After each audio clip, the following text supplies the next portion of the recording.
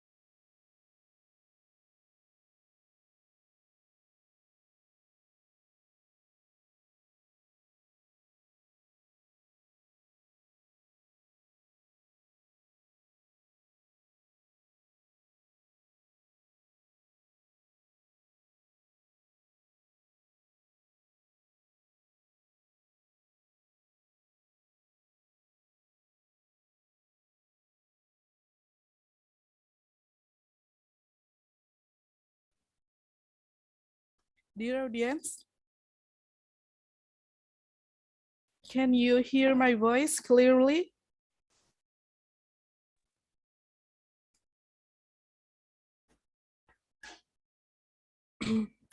Last calling for the summer class audience because the class is already begin. I'm sorry, it's about to begin. Please be ready and open up your cam.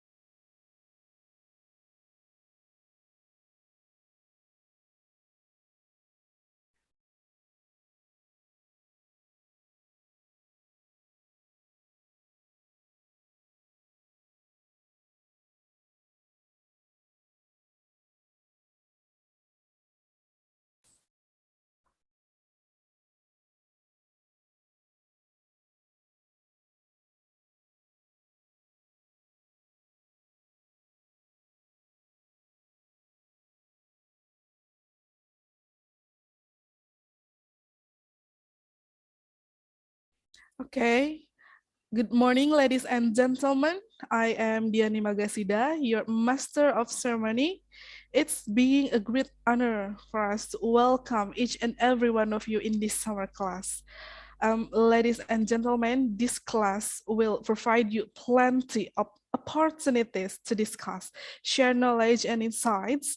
So please allow me to express our sincere gratitude to Her Excellency, the Chairperson of the Associate of Muhammadiyah and Aisyah Pharmacy Higher Education, Profesor Dr. Diah A. Perwitasari, MSI, PhD Apoteker, Her Excellency, the Chairwoman of Pharmacy School of Pharmacy Muhammadiyah Cirebon, Apoteker Hajah Iin Indawati M. Farm, Her Excellency, the Chairwoman of Institute of Health Science Muhammadiyah Cirebon, Hajah Sri Musfiroh SSIT MKes, Honorable the Speaker and all the audience. Before we proceed to this summer class, I'd like So thanks to Allah the Almighty, because of His blessing and mercy, we could come together in this very good event. Alhamdulillah. Dear all participants, before we go through the event, let me bring up the schedule of the summer class. This class will begin at 9 a.m. and finish at 12 a.m.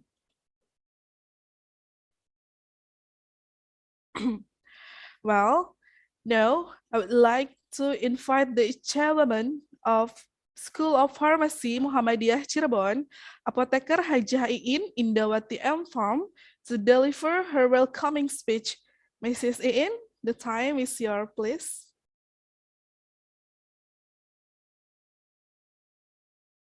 Assalamualaikum warahmatullahi wabarakatuh.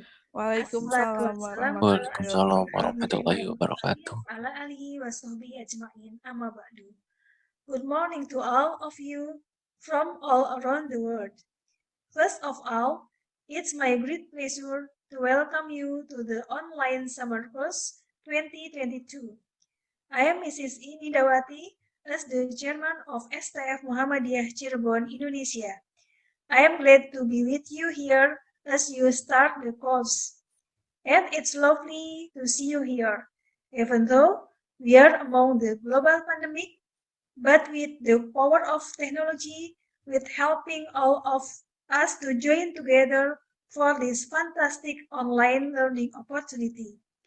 This is the first we have held an online summer course. We are appreciated all of the universities that have collaborated with us. In this online summer course, we will talk about phytotherapy of the respiratory system. Phytotherapy is a science-based medical practice that differs from other ancient approaches such as medical herbalism that depend on an empirical appreciation of medical herbs. We take this topic because Indonesia has about 33,000 species of plants that have the great potential to become medicinal ingredients. We will learn from regulation for phytotherapy application. Besides that, you will get the experience of understanding Indonesian traditional medicine and Indonesian cultures. Through this event, I hope everyone can learn more and know not only about phytotherapy, but also about our culture. I hope it will be more memorable and satisfy you, and also you can meet new people during this event. And when the pandemic is over, I hope this course will continue with some offline method, so as part of you can visit us in Indonesia, and so do I. I will visit your country.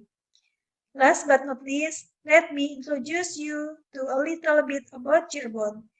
This city is one of the metropolises on Java Island that directly borders East Java. Not only that, Cirebon also have a solid history as one of Floodmet Islam spreading in Indonesia. And now various cultures are growing of the West Java creative industry development. This is one of many examples. Please welcome Tari Topeng. Thank you. Wassalamualaikum warahmatullahi wabarakatuh.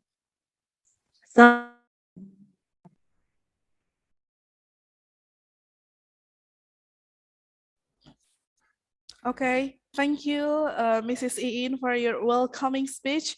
And now, next welcoming speech is time to the chairwoman of Stikes Muhammadiyah Cirebon, Hajah Sri Musfiroh SSI TMKes, to deliver your welcoming speech. Mrs. Sri Musfiroh, your time is yours, please.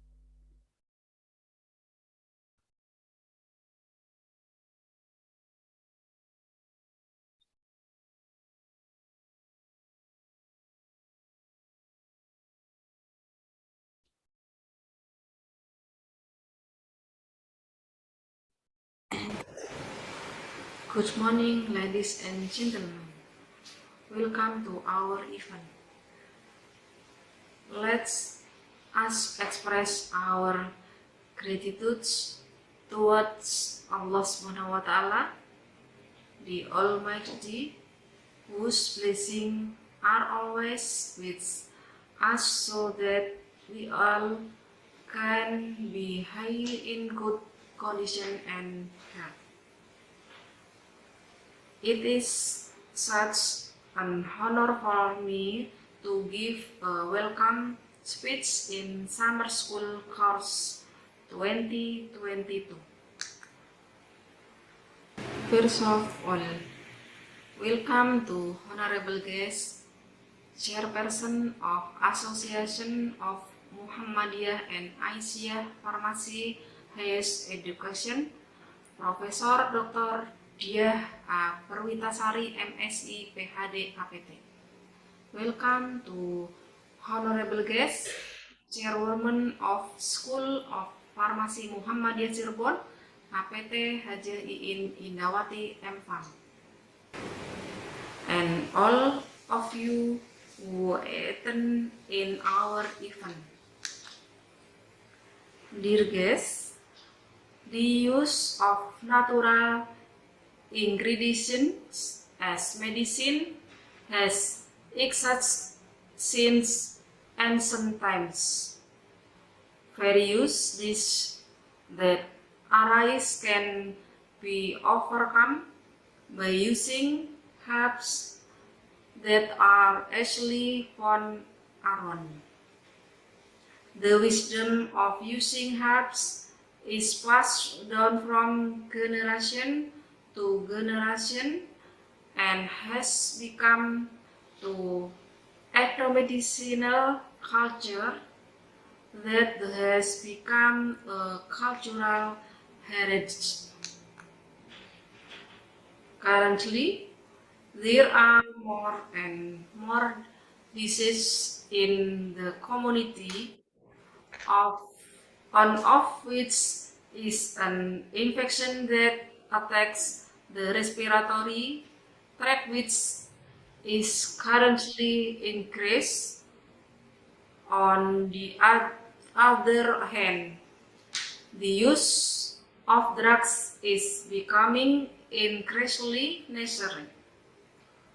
However, its use has been hindered by long-standing discoveries. This increasing understanding of the use of herbs causes an increase in the demand for herb in the community. However, wrong understanding, wrong use can lead to the opposite effect, which actually worsen the patient's pathological condition. We as medical personnel have an important role in preventing this problem. This event, which carried out to introduce the use of herbs in Indonesia, especially in the Cirebon area. Cirebon is a coastal area with a lot of flora and fauna diversity. Hopefully, this activity can provide an overview of how herbs can be used as alternative medicine that supports modern medicine. I hope all of you can enjoy this summer course. Thank you very much.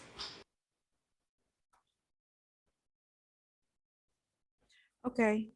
Thank you, Mrs. Sri, for your welcoming speech. Ladies and gentlemen, it's time for the main event. I will hand over this event to the moderator, Dr. Apotheker Reni Amelia, MSc. But first of all, let me introduce the profile of Mrs. Reni.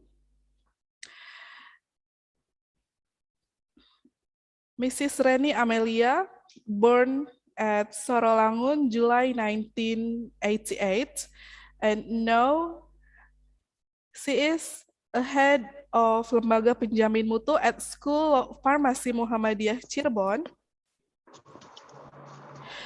She graduated from Muhammadiyah Purwokerto University, her bachelor at 2010, and then finished her apotheker or pharmacist profession at Ahmad Dahlan University at 2012, and finished her bachelor, her magister at Ahmad Dahlan University at 2013, and also her PhD at Pajajaran University at 2022.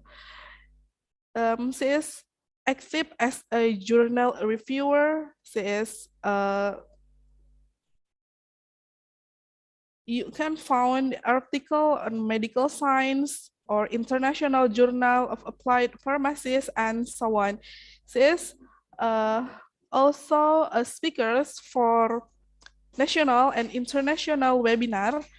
Well, you guys will get a great moderator in this event, not only speakers, but also the moderator. I hope you guys enjoy and get more knowledge in this event. Well, Mrs. Reni, I really hand over this event to you, please. Okay. Can you all hear my voice clearly? Yes, I can hear your voice very clearly. Thank you, Mrs. Diani, for starting the event. Welcome. Assalamualaikum warahmatullahi wabarakatuh. Waalaikumsalam warahmatullahi wabarakatuh. Good afternoon, all. Honorable Chairperson of Association of Muhammadiyah and Aisyah Pharmacy Higher Education, Mrs. Professor Dr. Apoteker Dia Arita Perwitasari, PhD, Chairwoman of School of Pharmacy Muhammadiyah Cirebon, Mrs. Apoteker Haja Iin Endawati M.Pharm, Chairwoman of College of Health Science Muhammadiyah Cirebon, Mrs. Haja Sri Musfiro SSI TM Kes, and to our speakers, Mrs. Dr. Apoteker Ines Suharyadi MSI from School of Pharmacy Muhammadiyah Cirebon, and Mr. Apoteker Reza Al-Rayan MS Pharm from College of Health Science Muhammadiyah Cirebon, and also to distinguished participants. Okay, ladies and gentlemen, I am Reni Amelia. It gives me great pleasure to be the moderator for the online summer course, Day 4, the introduction of phytotherapy from regulation to application. The trend of plant in medicine is now increasing. This is because some herbs have a higher level of safety than conventional drugs. The current pandemic is caused by a respiratory system disease, which have caused many adverse effects in various sectors worldwide. Respiratory disease is the primary cause of mortality and morbidity worldwide, with infants and young children especially susceptible. On this occasion, we will discuss the application of phytotherapy to the respiratory system. Before that, let me introduce our speaker first. Ladies and gentlemen, first, I'd like to read a brief introduction to our speakers. First, Mrs. Dr. Apoteker Ines Suharyani, MSc. Mrs. Ines Suharyani was born in Bandung and lived in Kuningan. The later study was doctoral program, bachelor degree of pharmacy and apothecary in Unpad with scholarship from Sanbe Pharma, Dharma Wanita, PPA, and BBM. Magister degree in Bandung Institute of Technology with scholarship from Dikti. Research activity in drug delivery, mangosteen, and nanopropolis project. And several publications in Scopus Q1 include pharmaceutic, polymer, drug discovery, development and therapy, and pharmaceutical. And also in Sinta Journal. Journal reviewer in Sinta Journal for many campuses in Indonesia. Now she is attending postdoctoral program in UNPAD and active as lecturer of pharmaceutical technology and medicinal chemistry at School of Pharmacy Muhammadiyah Cirebon. Second, from Mr. Apotheker Reza Alrayan MS Farm. He was born on 10th November 1991. He is a pharmacist with 4 years of experience in a hospital, active in professional and academic activities. Mr. Reza has an undergraduate degree in pharmacist profession education at General Ahmad Yani University. Now he takes Magister of Clinical Pharmacy at Bandung Institute of Technology. He is doing his job as clinical pharmacist at Pelabuhan Hospital Cirebon, secretary, also a lecturer in the undergraduate department of pharmacy, the LPP College of Health Science. Before the presentation begins, let me describe how the summer school course day 4 will run. First, the pretest will be carried out for 10 minutes, and then we'll be continue with the presentation of the material. In the seminar, there are 2 topics of discussion. Each material is given 15 minutes, and we will have a question and answer session for approximately 10 minutes. After that, there will be a 10-minute break while watching virtual travel by the School of Pharmacy Muhammadiyah Cirebon and the College of Health Science Muhammadiyah Cirebon. And finally, the session will be ended with a conclusion. Okay, I think the committee can be ready with the pretest link in the chat box.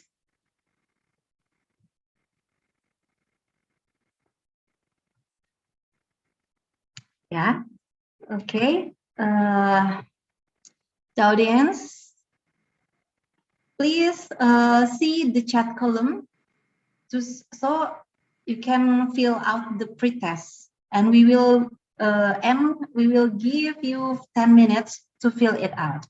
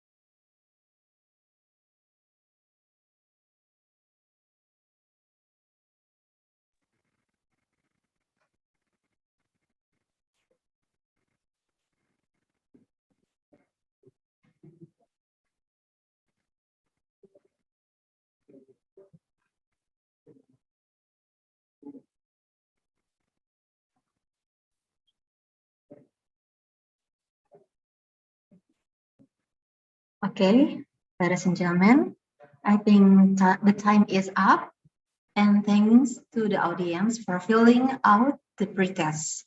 I will remind it again that at the end of the event, there will be a post-test again. Let's we continue to the next schedule.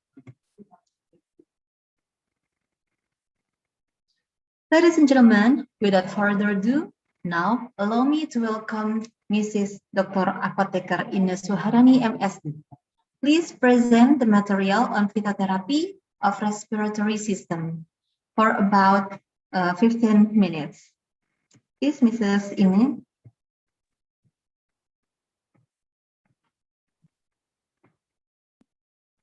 Thank you, Mrs. Reni, for the time to presentation about phytotherapy of respiratory disorder. The first I would like to say Bismillahirrahmanirrahim. Assalamualaikum warahmatullahi wabarakatuh. Thank you for the opportunity of the summer school. I would like to thank to chairwoman of School of Pharmacy Muhammadiyah Cirebon and Associate of Muhammadiyah and Asia Pharmacy Higher Education, and also the chairwoman of STIKAS Muhammadiyah Cirebon. So the great grateful and appreciate to our student who attends this summer school from Monday to the end of the summer school. Maybe tomorrow we will finish the summer school. I'm proud of you all. So may I share my screen now?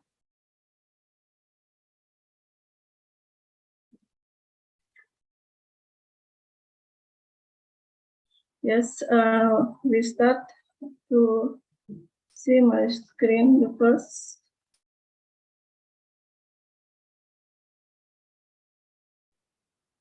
Can you see my screen? Yeah, Mrs. Ina. This is the presentation. Yeah, it can be seen. Yes. Let's we begin of the phytotherapy of the respiratory disorder. This is the material, the topic of my presentation. So we go to the reference that used in this topic is this book. This book contains of phytotherapy and pharmacology from around our world, including in Indonesia. The first, we should know about the normal pathophysiology of our respiratory system. This is all the organ that has function in respiratory system. The respiratory system is began from the nose and go to pharynx and also to trachea, and the end of respiratory is in lung. Lung contain of bronchiole and bronchioles. But the main function of this respiratory system is the replace of carbon dioxide with fresh oxygen. Because oxygen has the main role, has play a role in important function of several organs in our body. This is the normal function, and when the normal function is disturbed, we call it disorder. Let's go to the common respiratory disease. This is the respiratory complaint like cold, asthma, or allergy, or influenza. And this is the classification of phytomedicine for respiratory disorder. We go to the first group is bronchodilator and dystonia. The decomistan. And here the plan that has the effect of bronchodilator and decomistan. The second group is anti-allergics. This is the plan. The third group is expectorant and phallic. So this is the plan that has activity as expectorant and phallic. And the last group is cook suppressant. But in this group, just one plant which has activity as cook suppressant. Maybe you know Babapersum verum. This is one of the plant that used in narcotic, and we get codeine from this plant. Let's go to the first group is bronchodilator and decomistan. One of them is ephedrine. Ephedrine, we know, is a compound was isolated from Ephedra sinica, or in Chinese called mahuang. This is the plant. This is the red plant is characterized from Ephedra sinica. And Ephedra sinica was used as ancient Chinese medicine for a long ago. This plant is the original source of ephedrine, which has effect as decomistan and bronchodilator. And now, ephedrine used in nasal drop to relieve asthma or nasal congestions. But now we get pseudoephedrine. This is the G isomer of ephedrine that synthesized from ephedrine, not in plant, but is synthesized in odor of plant. This is the structure of ephedrine and pseudoephedrine. You see, this is the G isomer of ephedrine, but the advantage of pseudoephedrine is that ephedrine has fewer central nervous system effect. So this is a mild effect. We go to the constituent in Ephedra sinica. This is so many ephedrine compounds like this. Also, secondary metabolite is catechin derivatives, diterpenes, ephedrine A, and mahuanin. Ephedrine or pseudoephedrine has two mechanisms, indirect and direct. Indirect action was occurred when pseudoephedrine proposed the release of norepinephrine, and norepinephrine will occupy beta and alpha adrenergic receptor in postsynapse, and resulting the bronchodilatation effect. But indirect effect, so the ephedrine directly occupy two of receptor in postsynapse. So both ephedrine and norepinephrine has the similar pharmacologic effect. And the therapeutic use in elixir and nasal drop as decomistan, and also as anti-allergic agent. This is the toxicological risk of ephedrine. Maybe this case even popular for long ago, because the use of ephedrine is sometimes used as a slimming aid or an ergogenic aid in sport and athletics. So the use of pseudoephedrine was limited, and now ephedrine and pseudoephedrine was including in precursor because of this action. This is the side effect of pseudoephedrine and ephedrine in hypertension, other cardiovascular events, and a case of exacerbation of hepatitis was occur in high dose. We go to the second compound is theophylline. Theophylline can be isolated from Camellia sinensis or tea. Tea is abundant in Indonesia. There is so many garden of tea in Indonesia. And also Theobroma cacao or chocolate. When you consume chocolate, you will feel enjoy and not stressed. Yes, if you have done your examination, you can consume this tea, Theobroma or coffee to get theophylline. This is the structure of theophylline. Theophylline was used in airways obstruction, particularly in acute asthma. But the usual dose is 125 to 250 milligrams in adults, 3 times daily. But the side effects is tachycardia and palpitation, nausea, or gastrointestinal abscess. But all the side effects can be reduced by using a sustained release preparation. So in pharmacy we can found the theophylline SL or XL for the extended release or sustained release preparation. This is the third compound is camphor. Camphor was isolated from Cinnamomum camphora. This is the tree. This is the big tree, and we can find the black seed like this. This is the compound that isolated from this tree.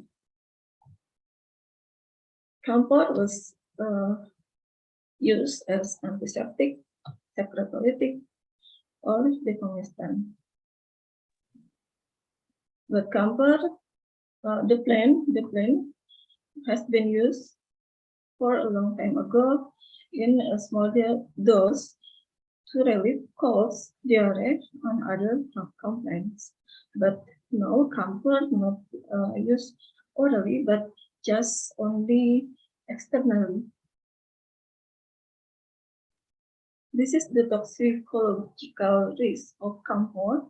In large quantities, even used external, camphor may be absorbed through the skin, causing systemic toxicity. In overdose case, camphor will cause vomiting, confusion, palpitation, and sometimes can be fatal if the dose is too much. But externally, in therapeutic dose, this is well tolerated, so it's safe in external use. This is the one of the compound that very popular during pandemic COVID-19. This is eucalyptus oil. We get this from Eucalyptus spp. This is the tree of eucalyptus. Sometimes, in other words, they call it the blue gum tree. This is the Eucalyptus globulus labile. In this tree, we found so many transparent oil glands. So this is rich of oil. This oil was used as the decongestant. This oil contains of cineol as a major component, terpineol, alpha-pinene, and small amount of ladol, aromatendrin, and pyridoxal, the heat ketone, and alcohol. This is the major component of this tree, cineol. This is very popular during pandemic. This is the therapeutic use of eucalyptus oil. Maybe it can use as antiseptic, antispasmodic, expectorant, stimulant, and insect repellent. So this oil used in some liniment to avoid insect from our baby or our children. But this oil was used as a traditional Australian Aboriginal remedy for flu, cold, and bronchitis in dose of 0.05 to 1 to 0.2 milliliters as an ingredient of food mixture, sweets, and pastilles, or we use it as an inhalation. But this is applied externally, not only in liniment, but in ointment or vapor as a chest rub. The leaf extract, oil have well-defined antiseptic effects against a variety of bacteria. Yes. And also the oil has activity as insect repellent and herbicidal and is used in pharmaceutical product. But the flavoring properties was used in dentifrice and cosmetics. Sometimes menthol and eucalyptus used in inhalation as a mixture of steam inhalation as a decongestant. Maybe you even try it in your home. This is the next component is menthol.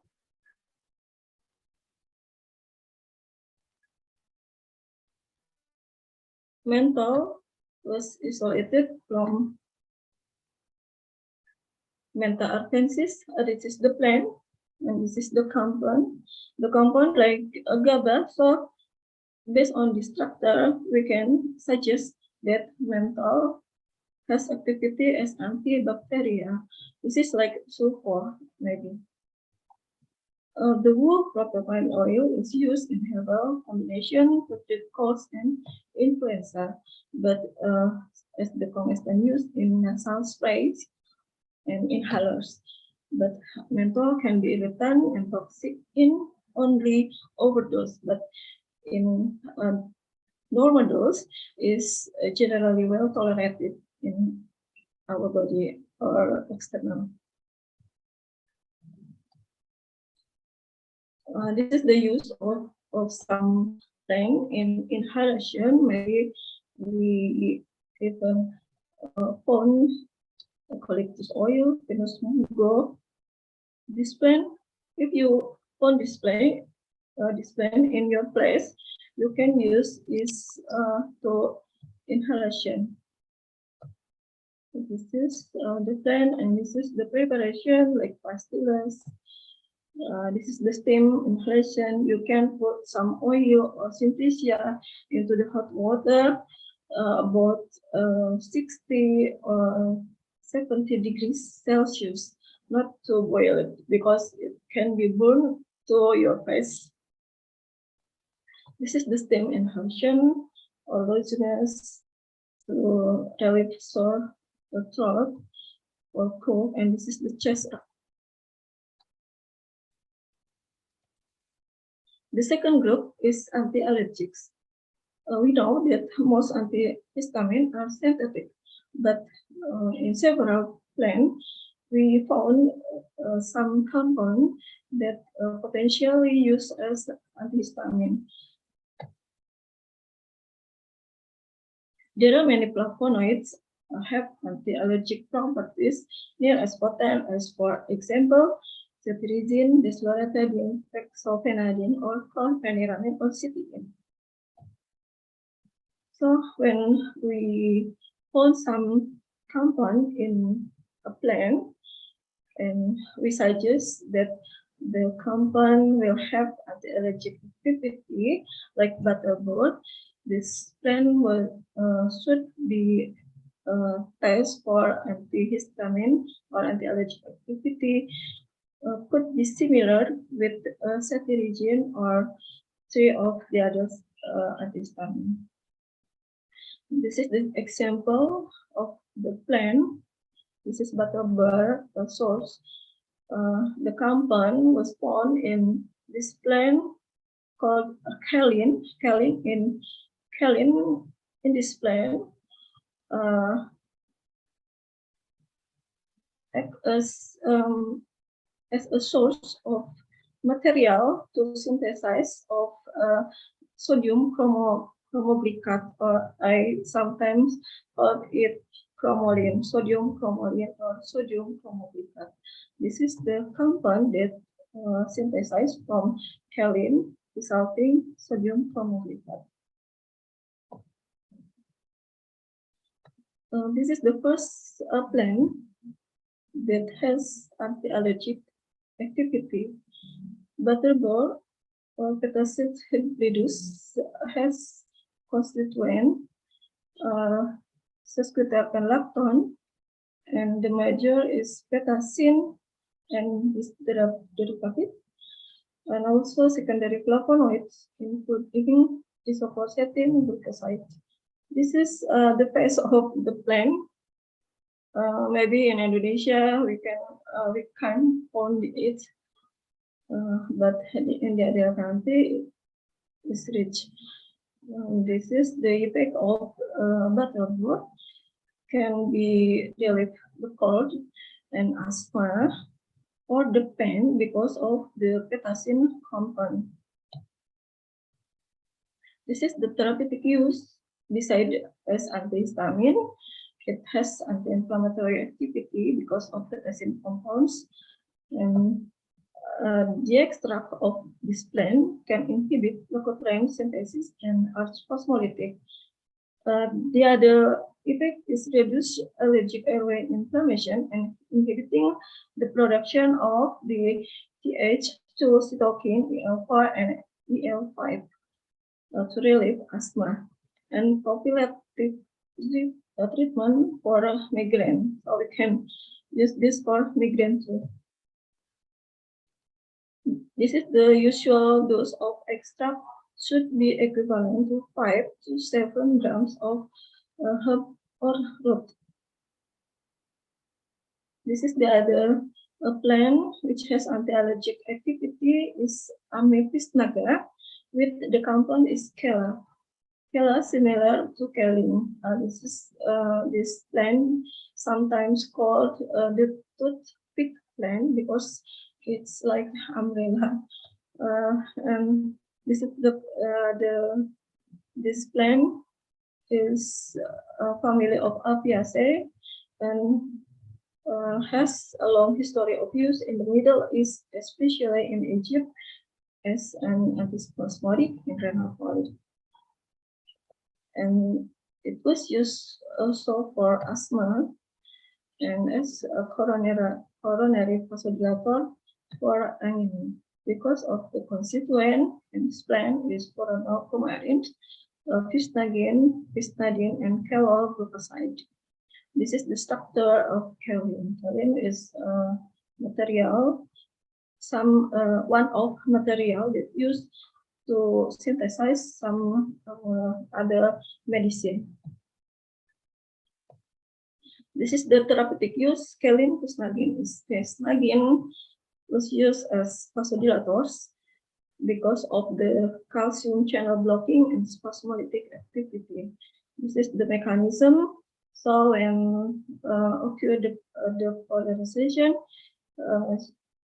calcium ion was blocking the calcium channel blockers and will avoid the muscle contraction and resulting the relaxation.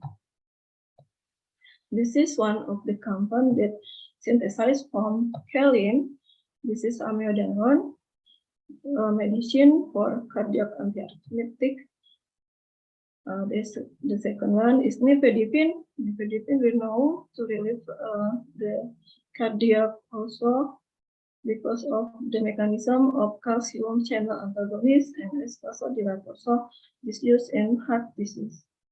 And the last is chromoline or sodium chromoglycat. It's used in asthma, high fever, and other allergic conditions. But not sodium chromoline just use in inhaler or eye drop. We can find it preparation in Indonesia in eye drops or inhaler. I don't see that, but in Indonesia, provide in eye drops only. This is the other group of medicine for respiratory system. It's called expectorant and mucolytic. We know that expectorant and mucolytic, both of them with direct flame and with decrease the viscosity of mucus. So the mucus, it will easy to come out from the respiratory. Expectorant frequently used with the other aromatic compounds such as camphor. But all are used for cough and colds, bronchitis and sinusitis, usually in conjunction with other decongestant, demotion or analgesic, and occasionally when used antibiotics. Some of this drug contains essential oil and salicylate, so also they have decongestant activity too, like eucalyptus or menthol. We go to the next slide. Is the plant that has this activity. The first is balm of Gilead or poplar buds. This is Pauculus spp. This plant like this. This is the place of plant which has constituent of phenolic glucoside like salicin, salicyl alcohol glucoside, and propylene. This is the benzoyl salicin, and a volatile oil containing alpha caryophyllene with cineol, disabolone, and farnescence. Also, secondary metabolites, flavonoids is called phenocembin and phenobenzene. Poplar buds can be found in Indonesia, but this is cultivated in Europe and the others of North America. We go to the therapeutic use of poplar buds for relief cold and some pain. So it's called as analgesic. As expectorant, stimulant, or antipyretic or analgesic, but in ointment have activity to relieve rheumatic and other muscular pains like this in the picture. But the phenolic glycoside, example salicin, and the volatile oil constituent has activity as antiseptic and expectorant. The bark, the other part of this plant is the bark, is have anti-rheumatic activity. But the balm of Gilead is generally non-toxic, except for patients. Sometimes some patients have allergic to salicylate compound. So we should ask the patient if they have some allergies to some compound or not to avoid this allergic effect. If excessive amount of this drug taken, it will be cause adverse effects such as stomach upset and tinnitus are possible because due to the salicylate content. We go to the next slide. Is Thymus vulgaris and Thymus sapio. Called is the Simplicia, Thymiherba, and Sapiriherba. This plant is the guardian of common thyme and white thyme. This plant has a characteristic odor of thymol and are used as culinary herbs because of the characteristic odors. The constituent in this plant is volatile oil like thymol, carfacrol, cineol, bromel, thymol, methyl ether, and alpha-pinene. Secondary flavonoids, example, apigenin, luteolin, thymonium, etc. The other secondary metabolite is polyphenolic acid like labiatic, rosmarinic, which act as anti-inflammatory and antimicrobial. This is the beautiful flower of this plant, the purple sweetie plant. We call it Thymus vulgaris, and this is the compound of this plant. This is thymol, structure of thymol, and this is carpacrol, and the last is apigenin, some of flavonoid. This is the other Thymus plant. This is Thymus sapilum. We go to therapeutic use of this plant. Thyme and oil of thyme is carminative, antiseptic, antitussive, expectorant, and also spasmodic. This compound have been used for cold, bronchitis, sinusitis, whooping cough, and similar respiratory complaints. In antiseptic, we use 0.3 milliliters of oil in mouthwash and dentifrice. Thymol and carpacrol has the spasmodic effect, so we can use is in stomach ache.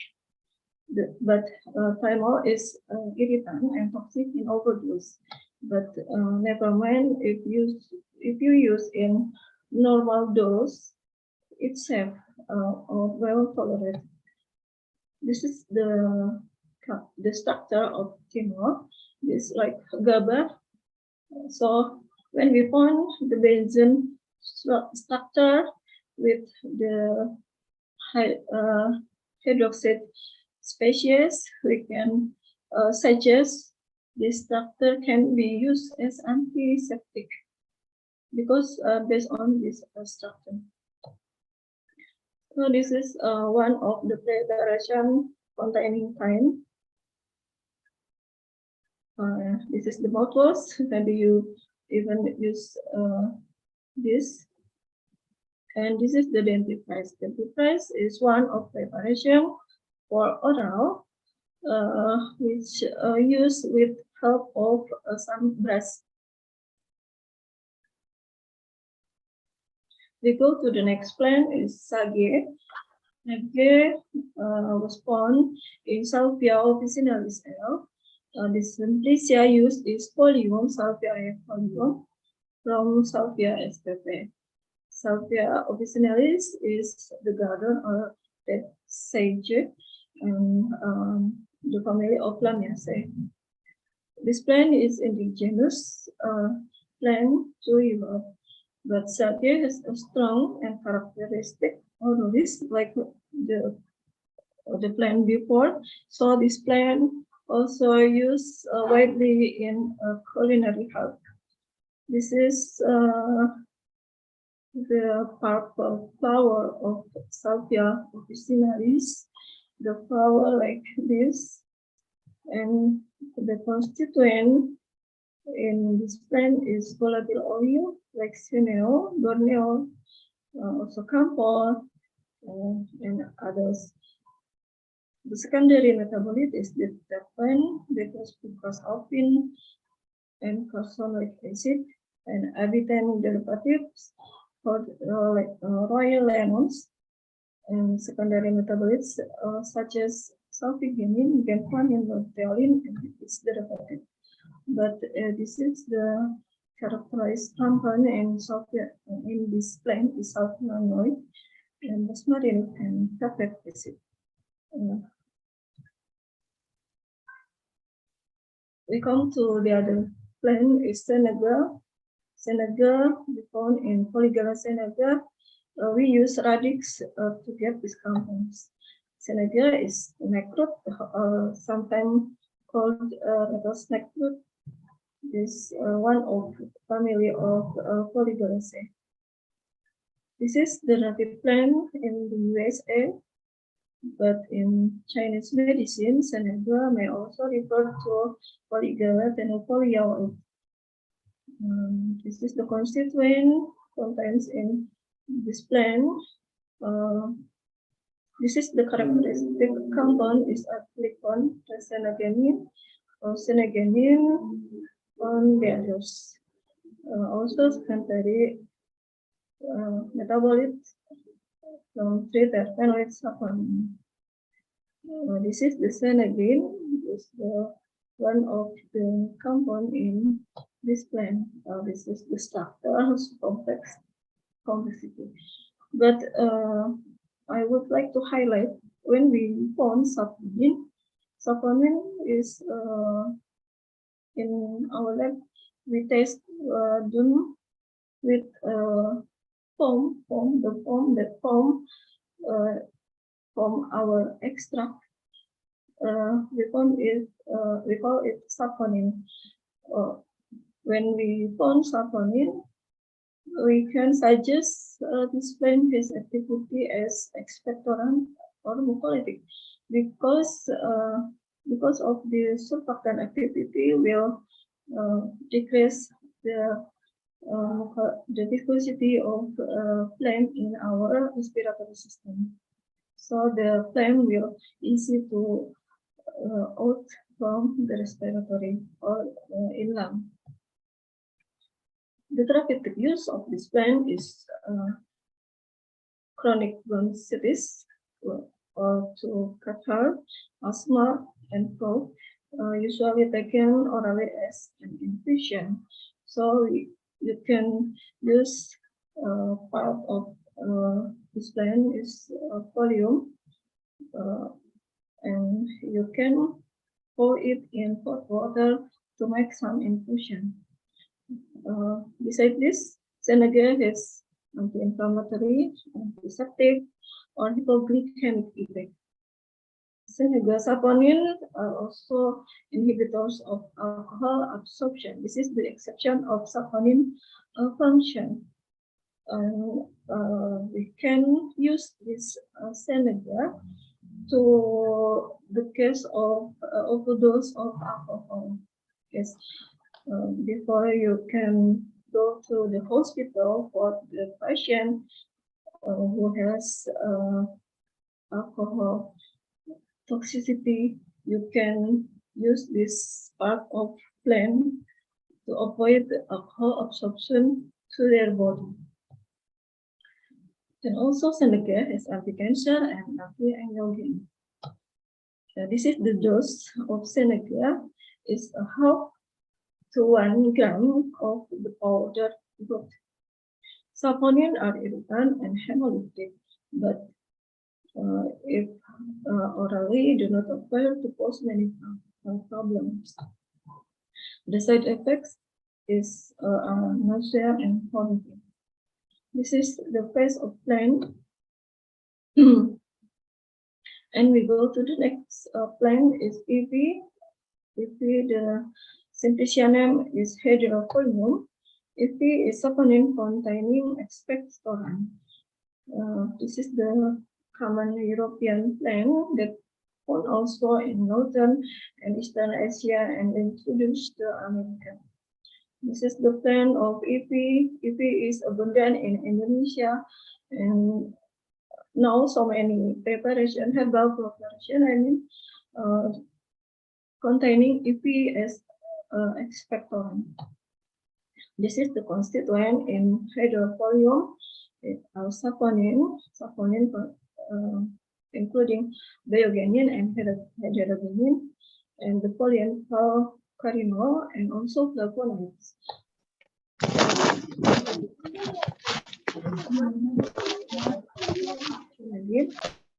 Of saponin. This is the therapeutic use as expectorant only 2 to 3 gram of drug or equivalent. The saponin and saponin can be used as expectorant or antifungal. because of its surfactant activity. Maybe it may cause the instability of the membrane of bacteria or fungi. Both of the saponin and the flavonoid fraction has a spasmolytic effect. But this is heterocyte.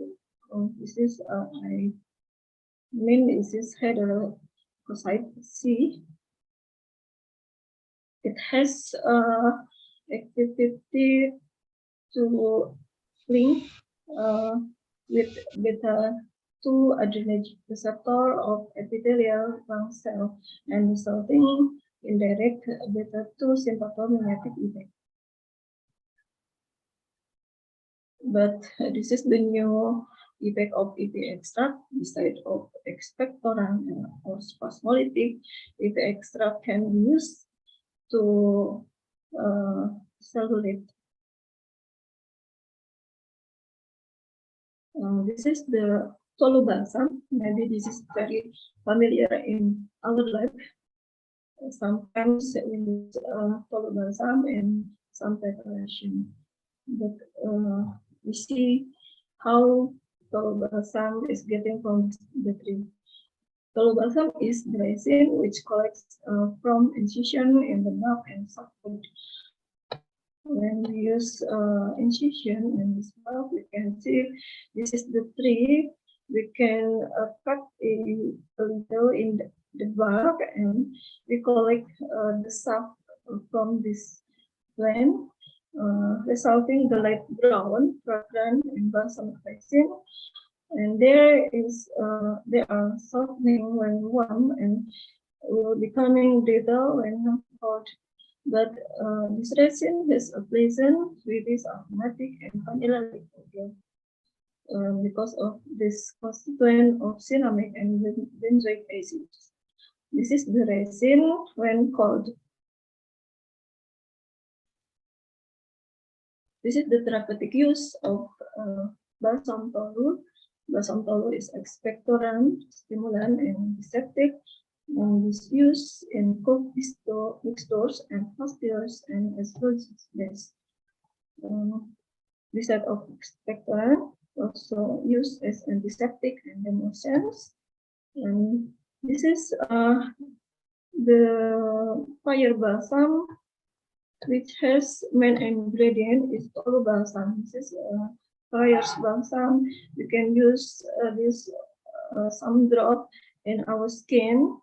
We can use is to breathe as inhalation or a steam inhalation. Put it in hot water, and also as protectant in skin formation. The benzoyl and benzoyl in tolu balsam. This is the base of antimicrobial activity. But tolu balsam can cause some allergic reactions, so we use it carefully. The next plant is Cephalus Ipeca quantha. Ipeca quantha, we use radix of this plant. Ipeca is obtained from the root and rhizome of Cephalus Ipeca quantha or Aptfma, one of the family of Aptfma. They are native of tropical Central and South America and cultivated in Southern Asia. This is the plant has the white flowers, and we just use not flower but radix or rhizome. This is the therapeutic use of Ipeca extract as elixir. Sometimes we often use this extract in some formulation of folk medicine because of its expectorant activity. Besides of syrup, we can or elixir, we can find it in pastilles. But besides of expectorant and folk activity, Ipeca extract has emetic and induce vomiting in our bodies, so the dose should be careful adjustment. This is the constituent of this plant is isophenolate, alkaloid. as the active principle, about 2 until 3%, and emetine which cause the emetic activity in some dose in correctly dose, but in higher dose, it will induce vomiting, particularly in children, and they are quite also cytotoxic. The third component is cephalin. Cephalin has activity as amodicidal and psychotrine. This is the cephalin, and this is the structure of emetine, and this is the psychotrine. This is the cephalin. So we go to the co-suppressant. The co-suppressant, we know that cough is a reflex of action and a symptom of other diseases such as asthma and cough due to nasal drip. But co-suppressant may be useful in some infants, but I don't recommend it for some children, especially for children who take some other suppressant. But in co-suppressant, we found that codeine and other semi-synthetic opiates such as dextromethorphan, which popular as an abuse in our young children. But this compound still used as a common antitussive. We go to the plant as a source of codeine is Papaver somniferum, or sometimes we call it poppyseed. Poppyseed has effect as sedating and constipating. Sometimes the codeine was isolated and formulated in codeine lintus. The compound of one of salt of codeine is codeine phosphate in the dose of 5 to 10 milligrams and used for hourly. For diarrhea and pain, the dose must be raised up to 240 milligrams daily in divided dose. But in large dose, we could pay some carefully with the dose, because in the large dose will cause respiratory depression and should not be used in hepatic or renal environment. But in many countries, like in Indonesia, codeine just used in prescription only. This is the plan of poppy seed, and this is the codeine structure. We can see the characteristic structure like this: this ring, and the complex ring. This structure will occupy the receptor in central nervous system, resulting the sedative effect. This is the codeine preparation with the sign of narcotics. Sorry for the interruption, Mrs. Ina. Your time, 3 minutes left. Thank you. Okay, thank you for the information. So we go to the general medicine used in cold influenza. This is the other activity of antiviral, anti-inflammatory, or the motion or stimulate the immune system. Sometimes we use herbal as a key. This is the plan of general fetal medicine. We see more faster. This is the tusilagofolium containing isotusilagin or tusilagin. This is the isomer. This is the pen, the first of pen, but abundant in daytime and beyond. This is the constituent mucilage and pyrazolidine. This is the therapeutic use, especially for cold and immunostimulating, and also anti-spasmodic action.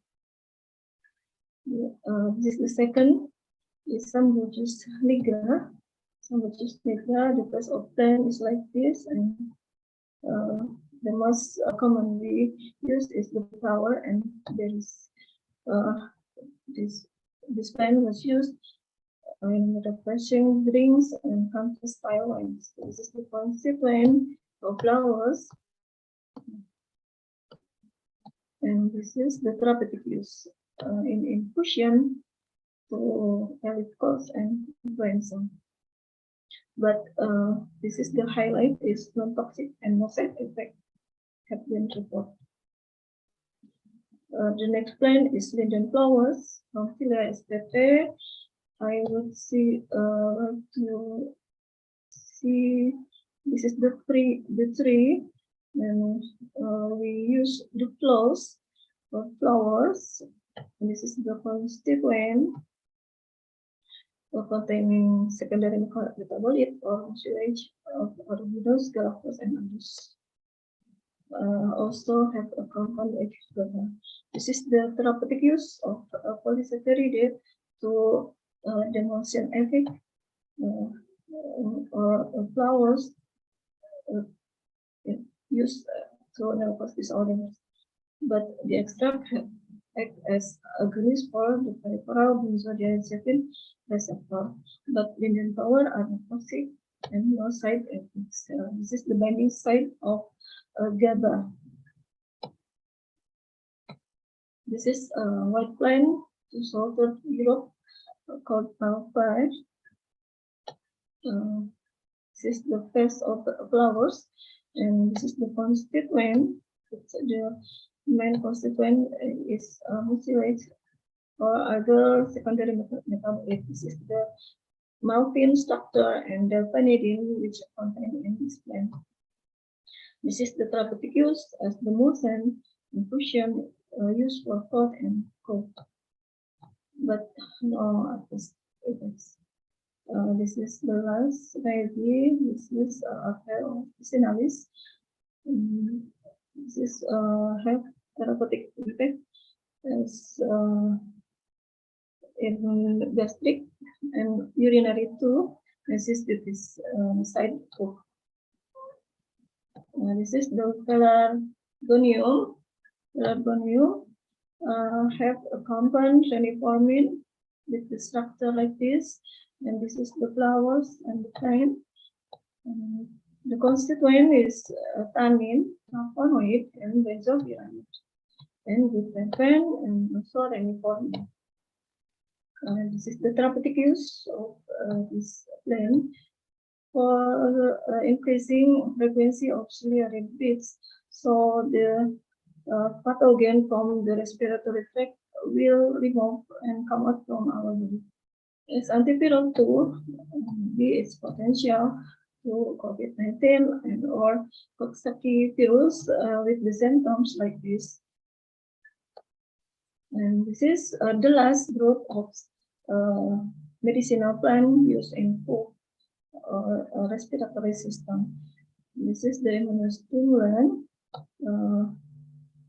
Both of them is Echinacea and Astragalus, which has activity as pathogen phagocytosis in when they meet the pathogen.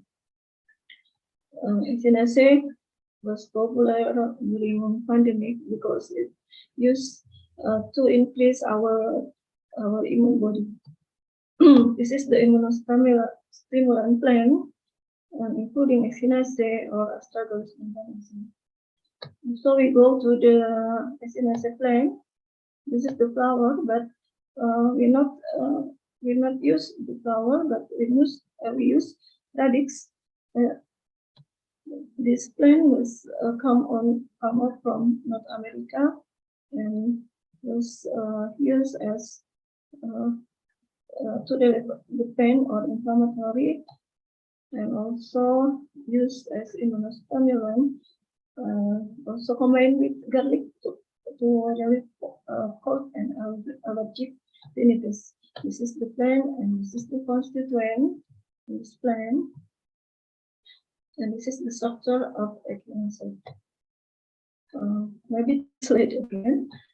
This astragalus radix.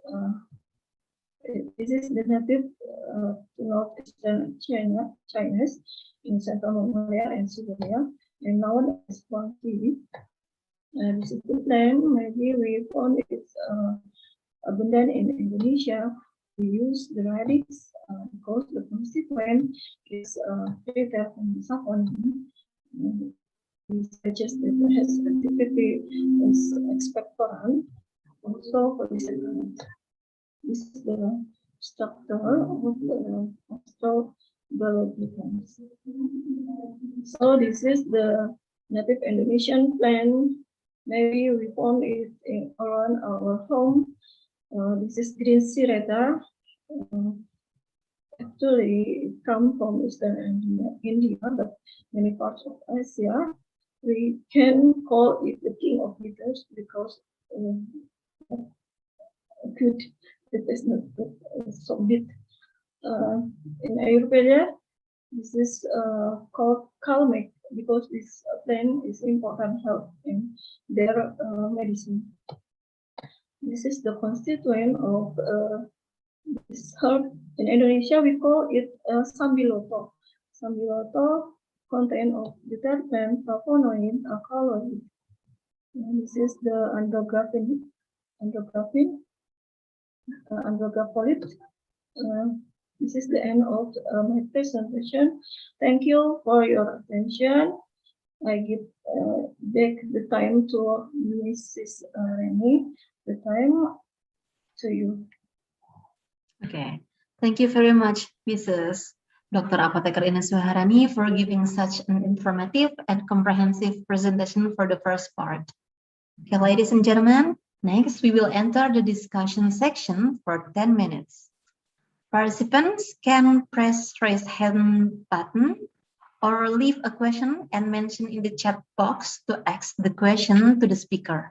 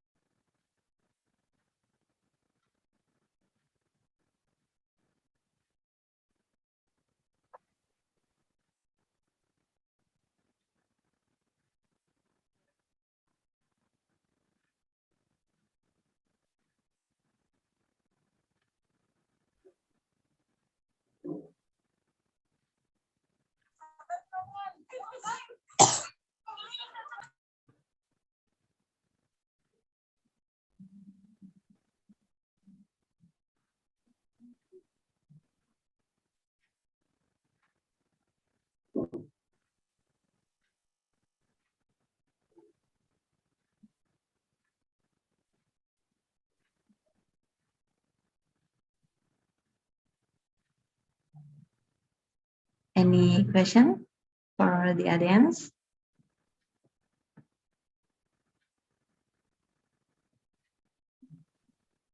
Oh. Okay, from first question from Nawal Hilmi. I will read the question first.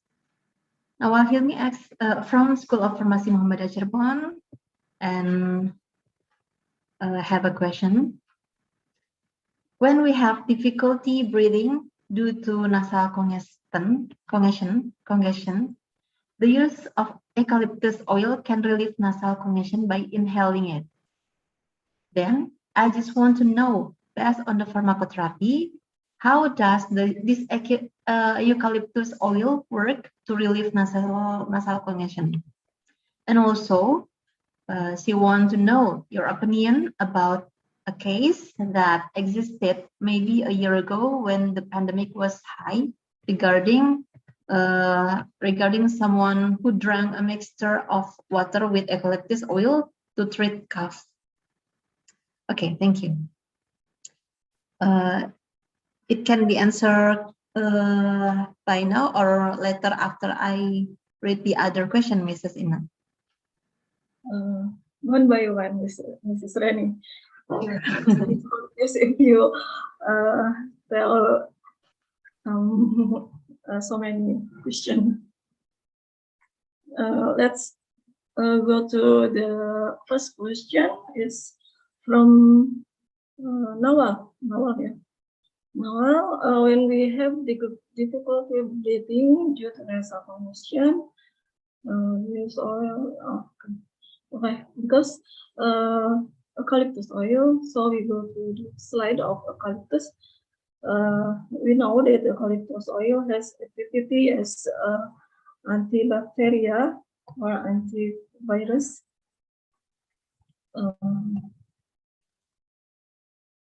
Because of the compound in the oil, and we can suggest the oil also have activity in nasal congestion.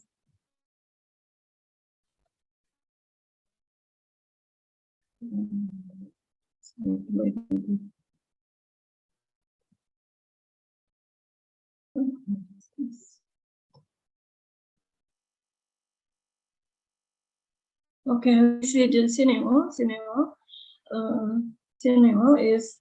has a structure like GABA, so this potential used in nasal congestion. Yes. Let's see.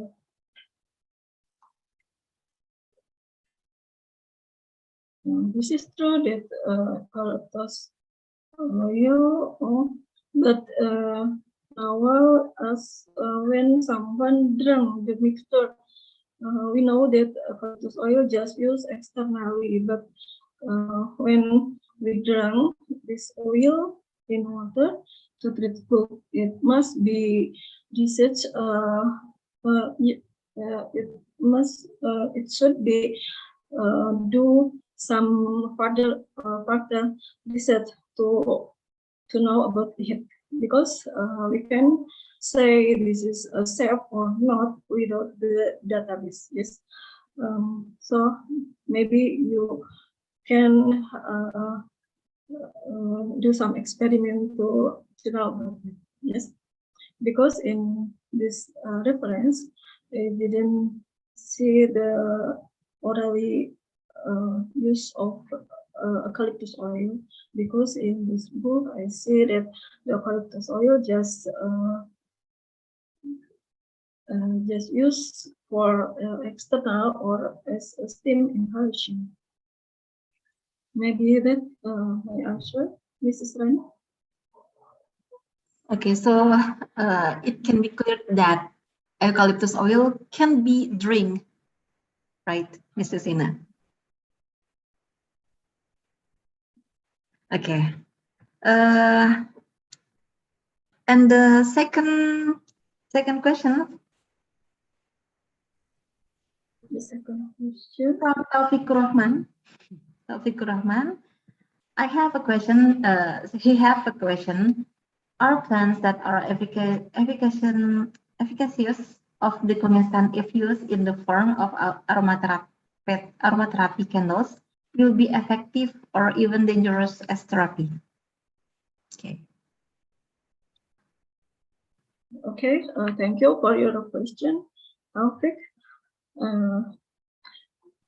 We see that around us, the people make some spa or aromatherapy for relaxing our body. There is the problem that the candles aromatherapy will be effective or just dangerous as a therapy. We back to our pharmacy principle that we should be use some compound with the correct dose, based on our experiment in laboratory. We can find that the dose will be in range of some dose to relieve the disease or overdose in what dose. Yes. So when you use some aromatherapy candle, we should check the um, dose that did in our body, in our nose. But I don't know, in some spa they check the dose or not. But in pharmacy we have the base of dose of they use some other compound, some other plant in aromatherapy. So it can be good if the uh, uh, if you have some spa, and the spa is paying for the pharmacy, because the pharmacy can check the dose in many several book, like this book I share, and other book, some of book is phytotherapy medicine. We can find the dose for each plan for some suggestion. So we can use therapy candle without check the dose before, to get the safety for our customer. Maybe this is my answer and clearly. Okay. I think we need the effective dose, I guess, and that's need more such research, more about the dose and about the effect. Maybe first in animals, and then it can be applied in human, right? Yeah. Like that. Especially the safety of each plant, medicinal plants. Yeah. Yes, this is our work home. Really, yeah, that's true. We can add the monograph of some medicinal plant in our formulary or herbal pharmacopy. Yeah, not only for that smells good or else like that, but it's need effectiveness. I guess, and the toxicity. Toxicity and safety or irritant. Thank you for the answer, and I think the question limited by time, and we will close the discussion section. I will close the discussion section.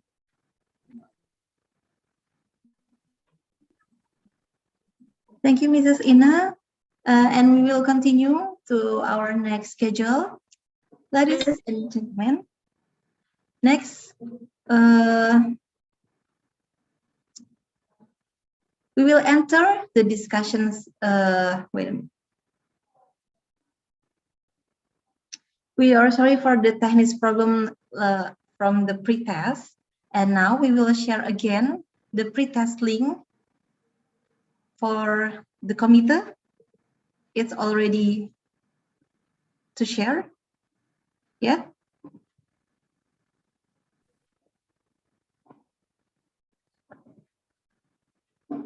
Is it ready to share? Committee?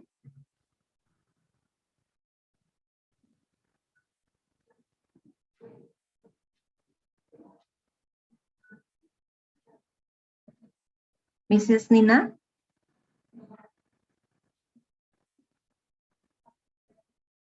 Is it ready to share?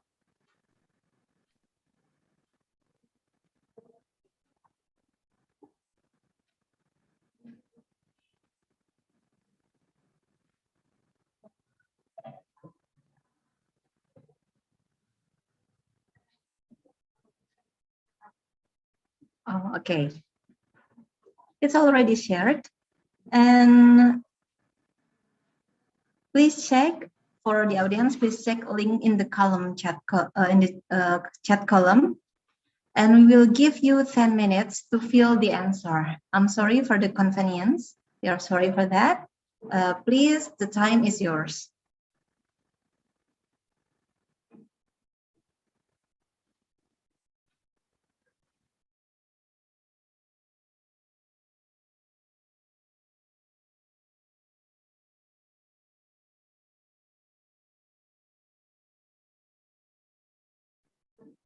We have,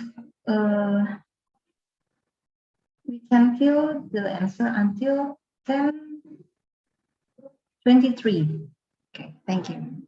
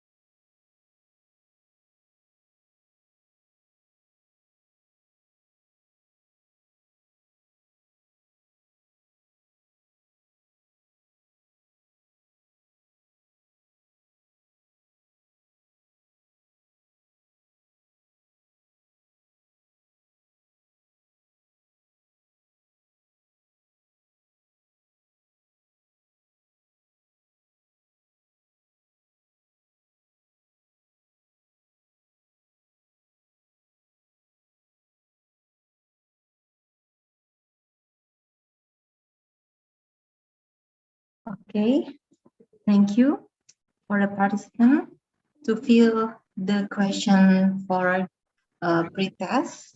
I think the time is enough. Oh, itu juga ini. Hewannya sedang atas tak? Tapi non-sopir.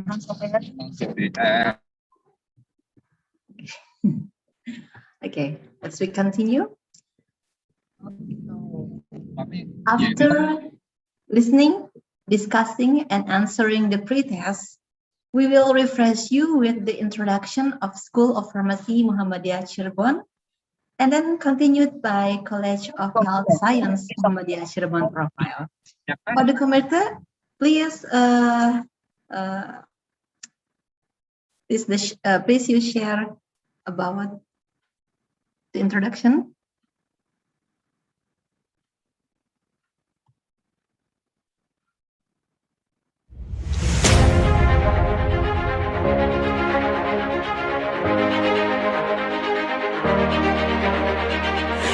Ini adalah tanah para wali. Cirebon dikenal karena memiliki 4 keraton atau yang paling banyak di Indonesia. Sangat lekat dengan nilai-nilai religius. Dikenal juga sebagai sentral batik.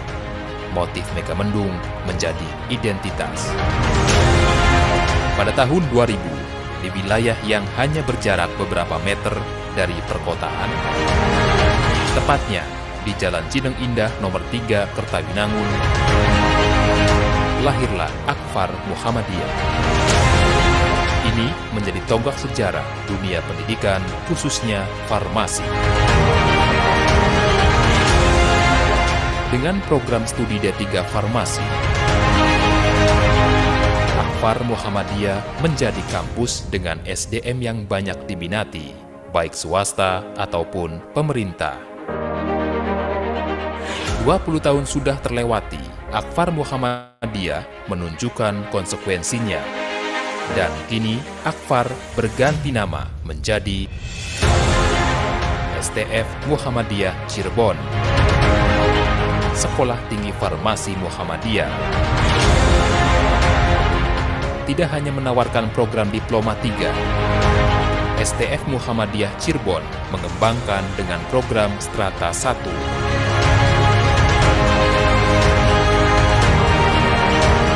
STF Muhammadiyah Cirebon didukung oleh tenaga-tenaga dosen yang profesional dan kompetitif dan kompeten dan memiliki fasilitas-fasilitas yang sudah up to date.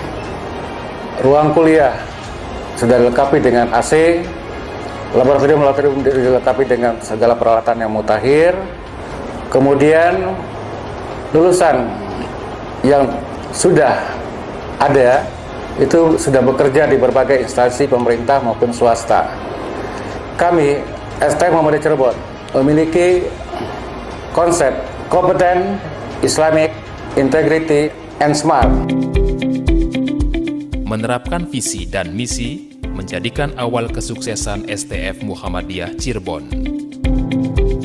Untuk menunjang kegiatan pembelajaran, STF Muhammadiyah Cirebon pun menyiapkan fasilitas yang lengkap. Ruang baca yang nyaman,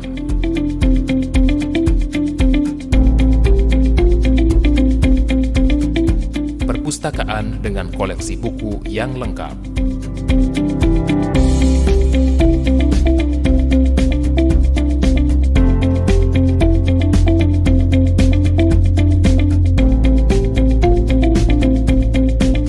Ruang laboratorium yang mutakhir, bertujuan agar materi yang diberikan kepada mahasiswa mampu diserap dengan baik, sesuai dengan kebutuhan yang ada saat ini.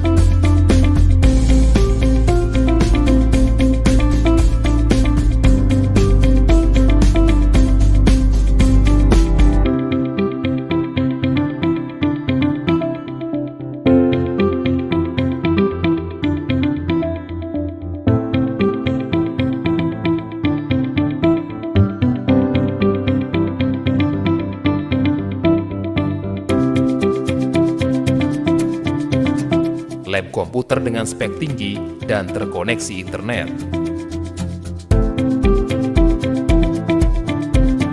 Simulasi apotek membantu mahasiswa agar merasakan suasana apotek yang sesungguhnya. Ruang kelas yang nyaman.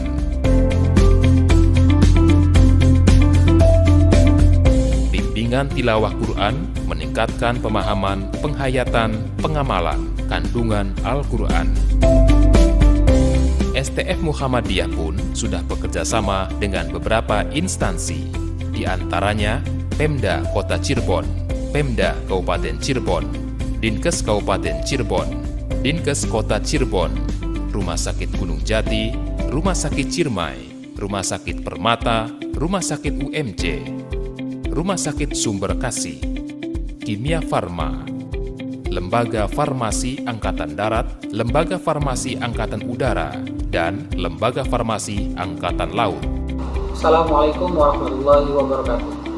Perkenalkan, nama saya Upang Ibrahim yang merupakan alumnus Akademi Farmasi Muhammadiyah Cirebon tahun 2004 yang sekarang berubah menjadi Sekolah Tinggi Farmasi Muhammadiyah Cirebon. Kini saya bekerja di instalasi farmasi Kota Cirebon atau UPT Farmasi Kota Cirebon. Saya Adam Noval Khair. Nama saya Adi Septian Maulana. Nama saya Vera Herul Badia. Nama saya Tatanani Permana. Saya Ibnu Diansyah. Saat ini saya bekerja di Rumah Sakit Umum Pusat Nasional Dr. Cipto Mangunkusumo atau RSCM sebagai tenaga teknis kefarmasian. Saya bekerja di salah satu puskesmas di Provinsi DKI Jakarta. Saya bekerja di instalasi farmasi Rumah Sakit Hasan Sadikin Bandung. Sekarang saya sudah bekerja di Rumah Sakit Gunung Jati daerah Kota Cirebon. Kompeten, Islami, Integrity, and Smart. Kompeten, Islami, Integrity, and Smart. Kompeten, Islami, Integrity, dan Smart. Bimbang untuk kuliah, salah satu pilihannya adalah Sekolah Tinggi Farmasi Muhammadiyah Cirebon. Keberhasilan STF Muhammadiyah Cirebon dalam meningkatkan kualitas dan mutu pendidikan tak lain karena sinergi antara ketua, wakil, ketua prodi, dan pastinya dosen-dosen profesional.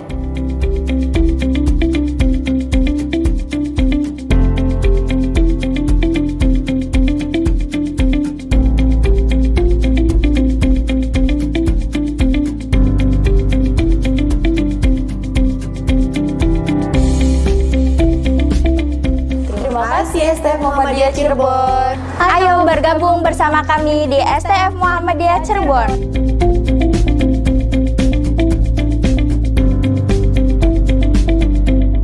STF Muhammadiyah Cirebon, kompeten, Islamic, Integrity, and Smart.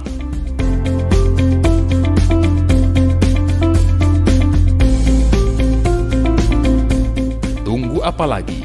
Mari bergabung bersama STF Muhammadiyah Cirebon.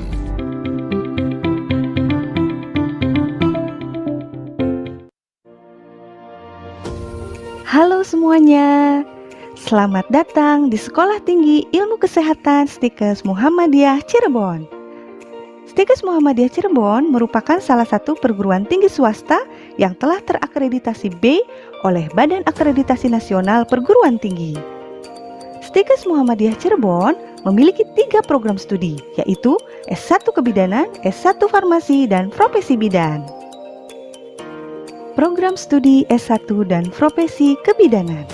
Program studi S1 dan Profesi Kebidanan adalah salah satu program studi unggulan yang lagi banyak diminati loh.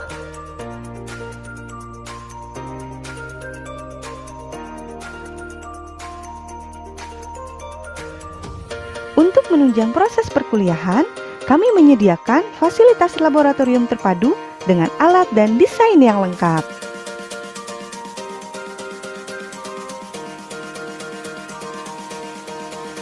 Program studi S1 Farmasi.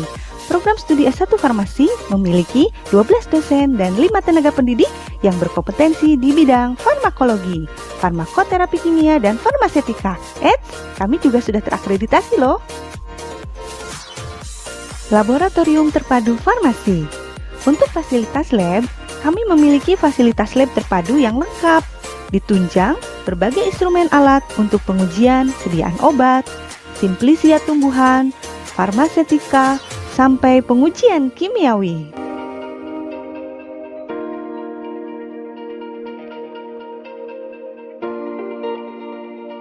Fasilitas pendukung akademik. Kami menyediakan fasilitas pendukung perpustakaan yang luas, nyaman, dan memiliki keragaman buku teori untuk dapat meningkatkan kemampuan teoritis mahasiswa. Fasilitas lainnya adalah klinik Pratama yang menjadi tempat untuk melatih soft skill dan praktek mahasiswa. Seiring berjalannya Stikes Muhammadiyah Cirebon, kami telah menorehkan beberapa penghargaan di tingkat nasional dan regional. Kami memiliki komitmen untuk dapat menghasilkan lulusan yang berkompetensi, unggul, dan islami.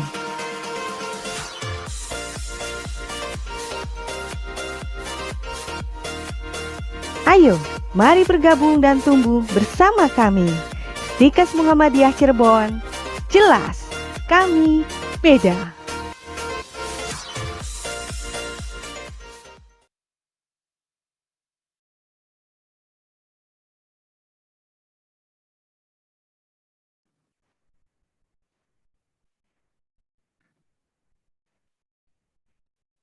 Okay, thank you for the presentation from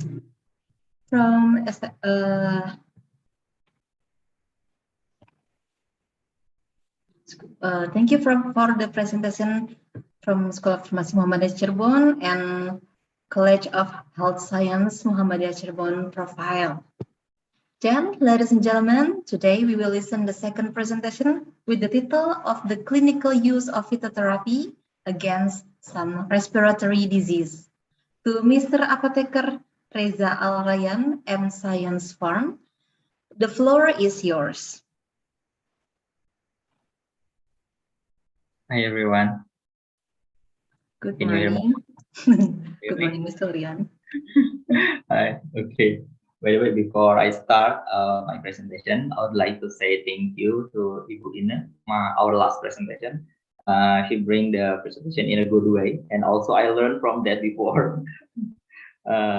Very big thank you, and really I really appreciate it. Okay, before we start my presentation, okay.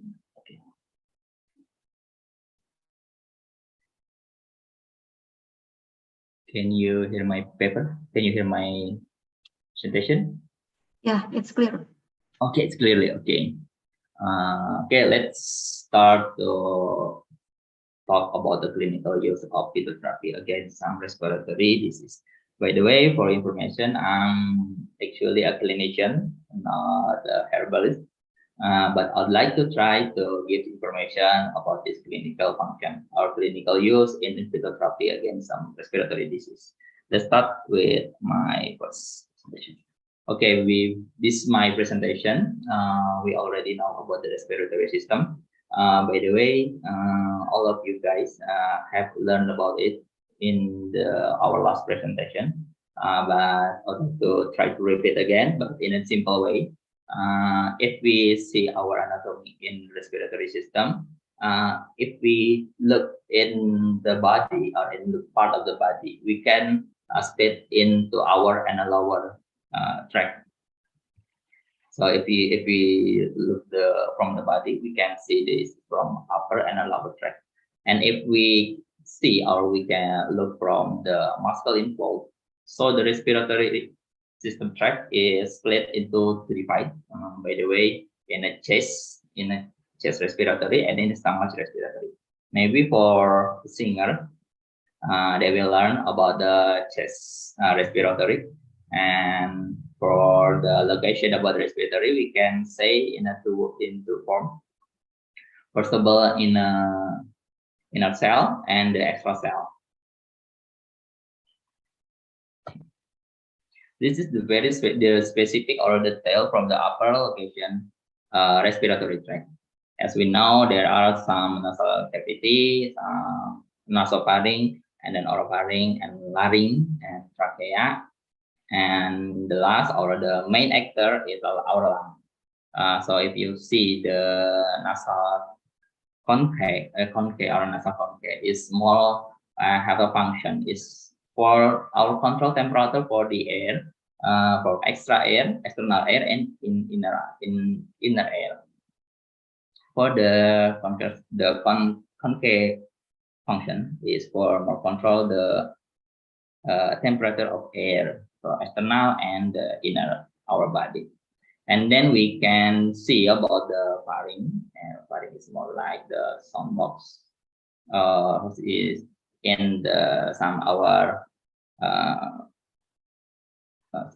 our sound box. And then the function is more like base of our pharynx is the function is more like in a digestive system is for the way for food to come into trachea and then go up down to our digestive system. But in our respiratory system is more like using by our respiratory to or by mouth. Respiratory by mouth is this is the function from the pharynx. And also the larynx. Larynx is more like the part that into the trachea, and the trachea, so down there is more like the bronchioles and alveolus, something like that. Okay, this is the very detail of our alveolus. So what is the alveolus? Alveolus is the part of our lung. There are the place that our gas exchange in a capillary form. So if you see the first images, there are some imagine about the blue and red is more like the blue is more like a higher of oxygen, and the red is more like the higher of carbon dioxide.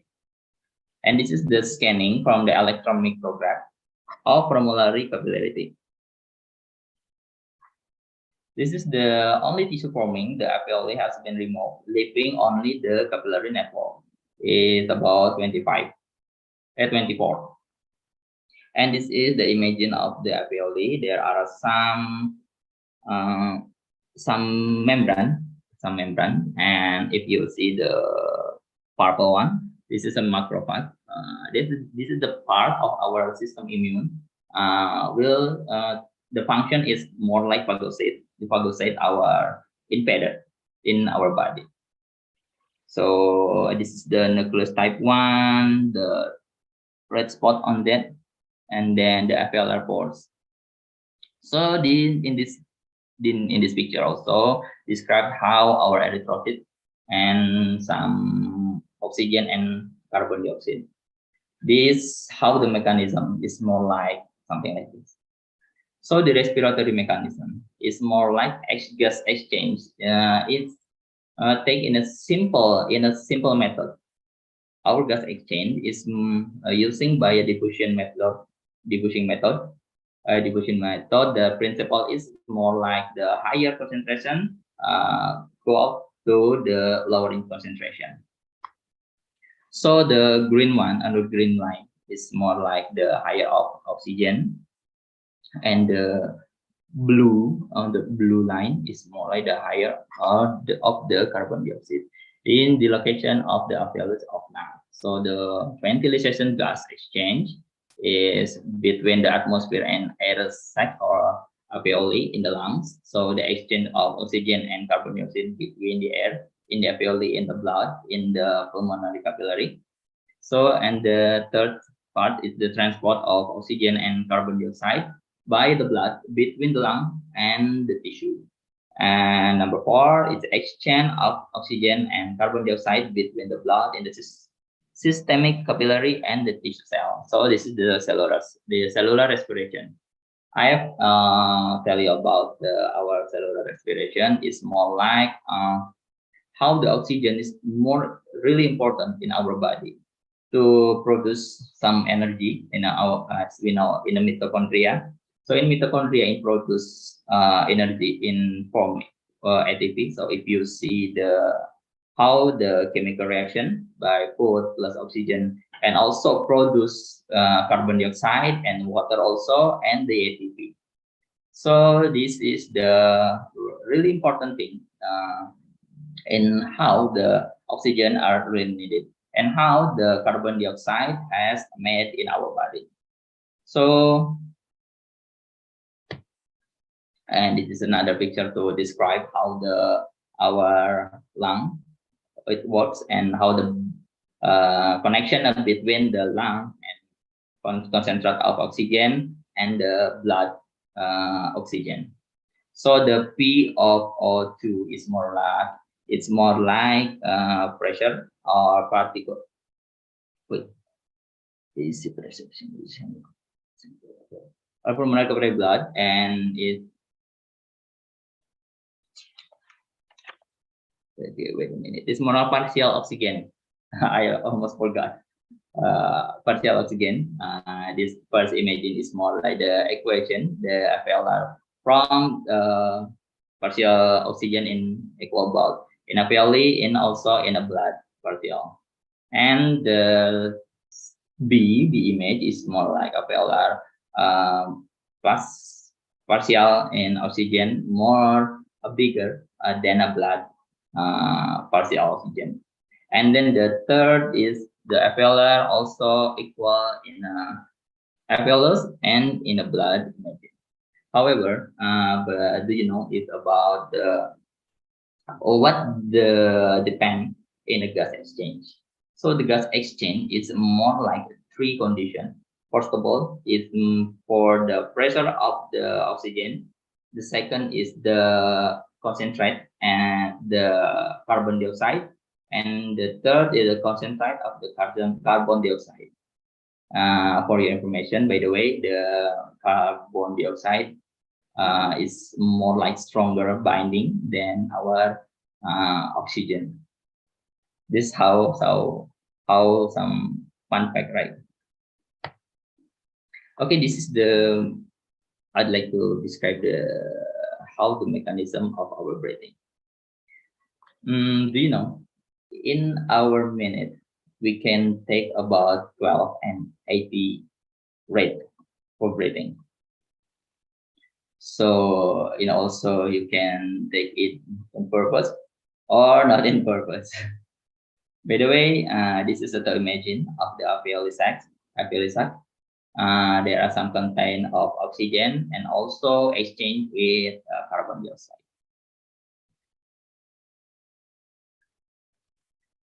Okay, this some imagine of hemoglobin. Mean the red circle, the circle one. Hemoglobin also with the oxygen become oxyhemoglobin is formed. So oxyhemoglobin is more rich of oxygen, and how it can form, it can change into carbon dioxide because in hemoglobin or oxyhemoglobin, it will transform into bicarbonate, and also split into carbonic acid. And in carbonic acid will form into weight and produce into weight. Portable is carbon dioxide and also produce in water. The water is stand in a plasma and this is pulmonary capillary. And the other thing in focus the location in a tissue cell. The same way is also work in this tissue. So the rich of oxygen in exchange by diffusion to the membrane cell, the membrane tissue cell, and the higher of the carbon dioxide and also come into bloodstream. And bloodstream and with the water and also made as carbonic acid and split into bicarbonic ion. Okay, so what the really factor about our respiratory disease tract? So this is some of the several disease factor. First of all, I have split it into three main words. First of all, in DNA or heredity and allergen. So you can say about the connection of heredity is more like malfunction of your gene. We can say about lung cancer maybe because some patient with historical or family historical with lung cancer is also make a big change for next generation.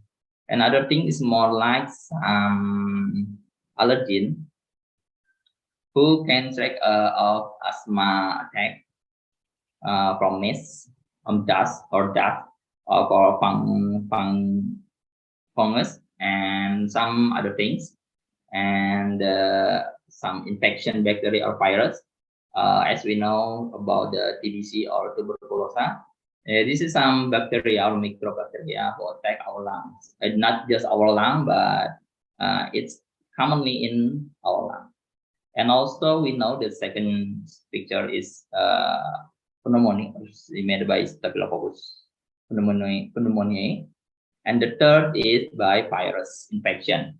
By the way, the infection is between virus or bacteria is the same thing, because this is made some invaded from bacteria or virus. It's not come from our body. It's really come from out of our body. And then the third is more like our habit. Some smoke, our habitation by smoking, or some pollution air or toxic gas pollution. I would like to tell you something fun fact. Oh wait, before that, I would like to let you know some disease about our respiratory tract. The first of all is called emphysema. So by description, emphysema is more like the disease caused by loss of elasticity of the alveoli, the air sac, and in the lung will also experience disruption slowly.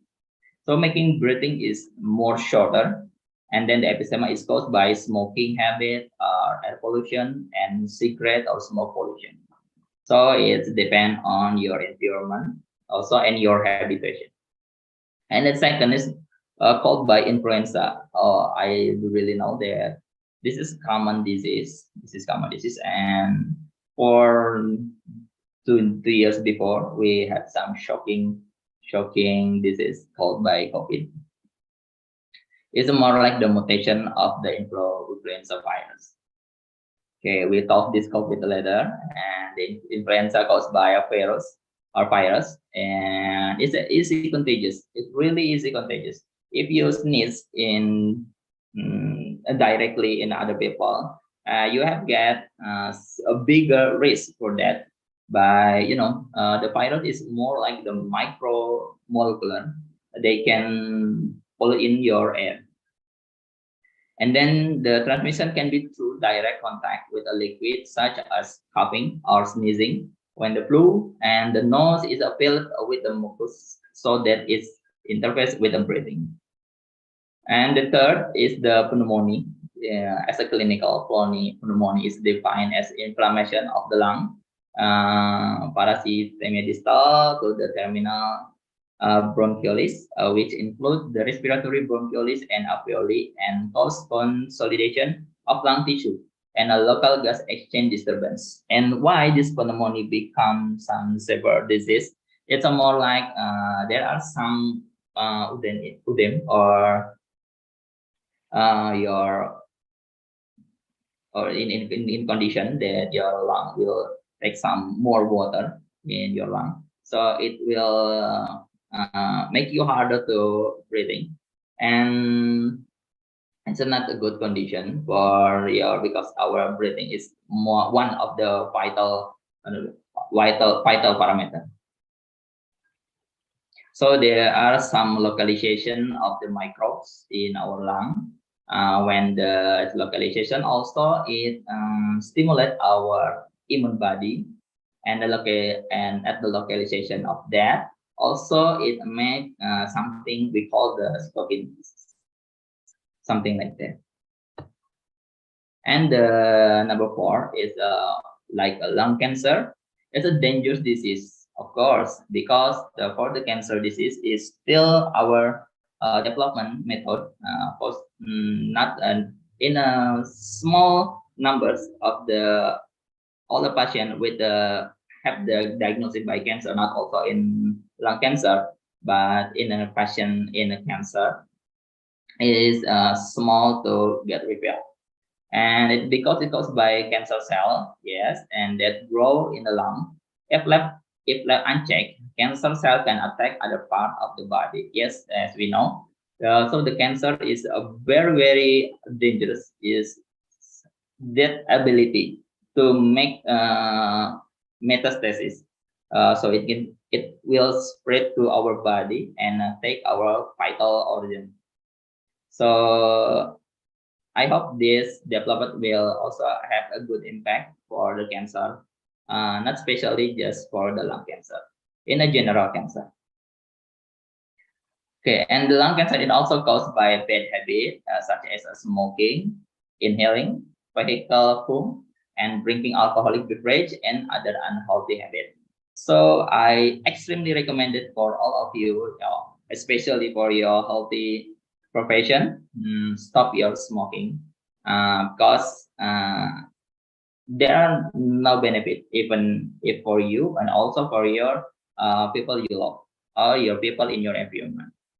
And also the number 5 that I'll talk about it. It's more like the tuberculosis.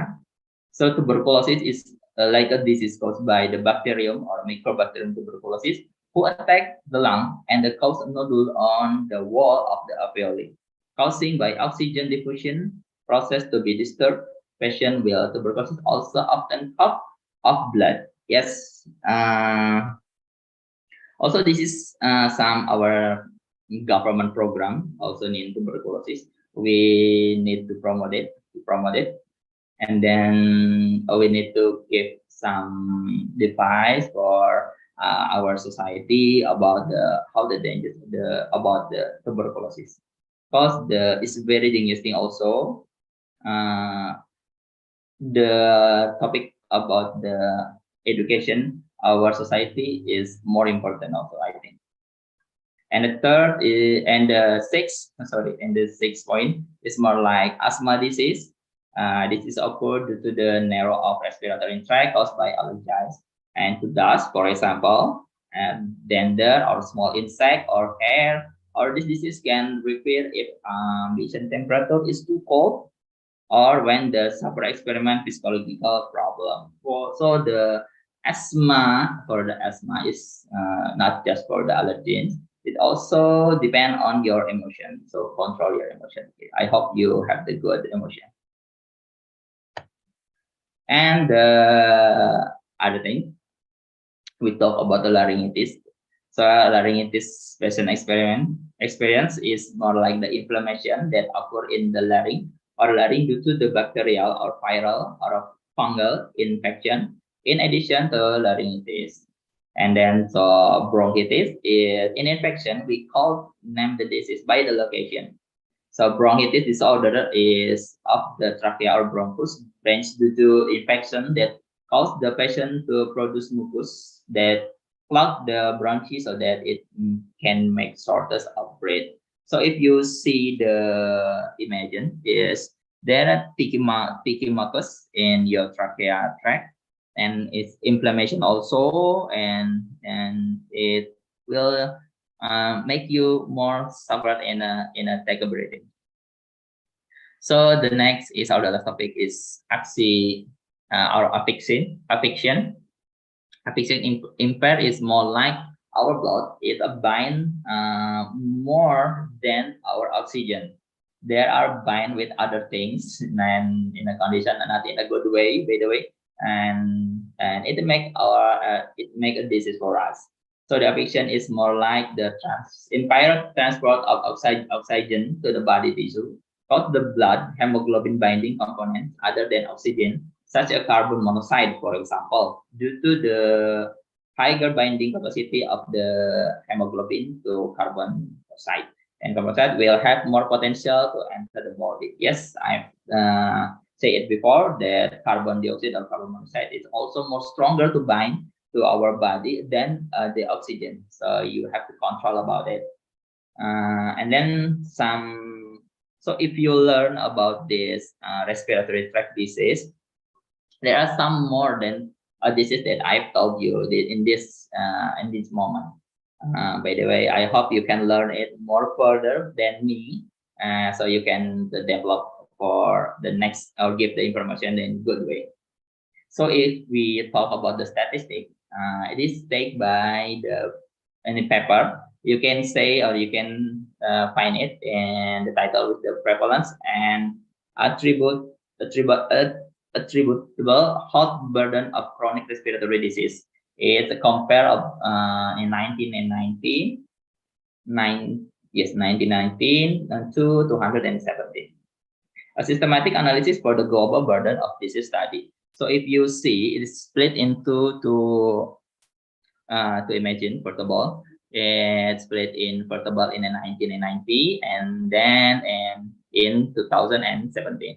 So the occur is the parameter is look how the genders, whether female or male, how it dependent. So this, if you look the gradation, the gradation of the colors, you can see how the several where the several country in the world that have some chronic respiratory disease.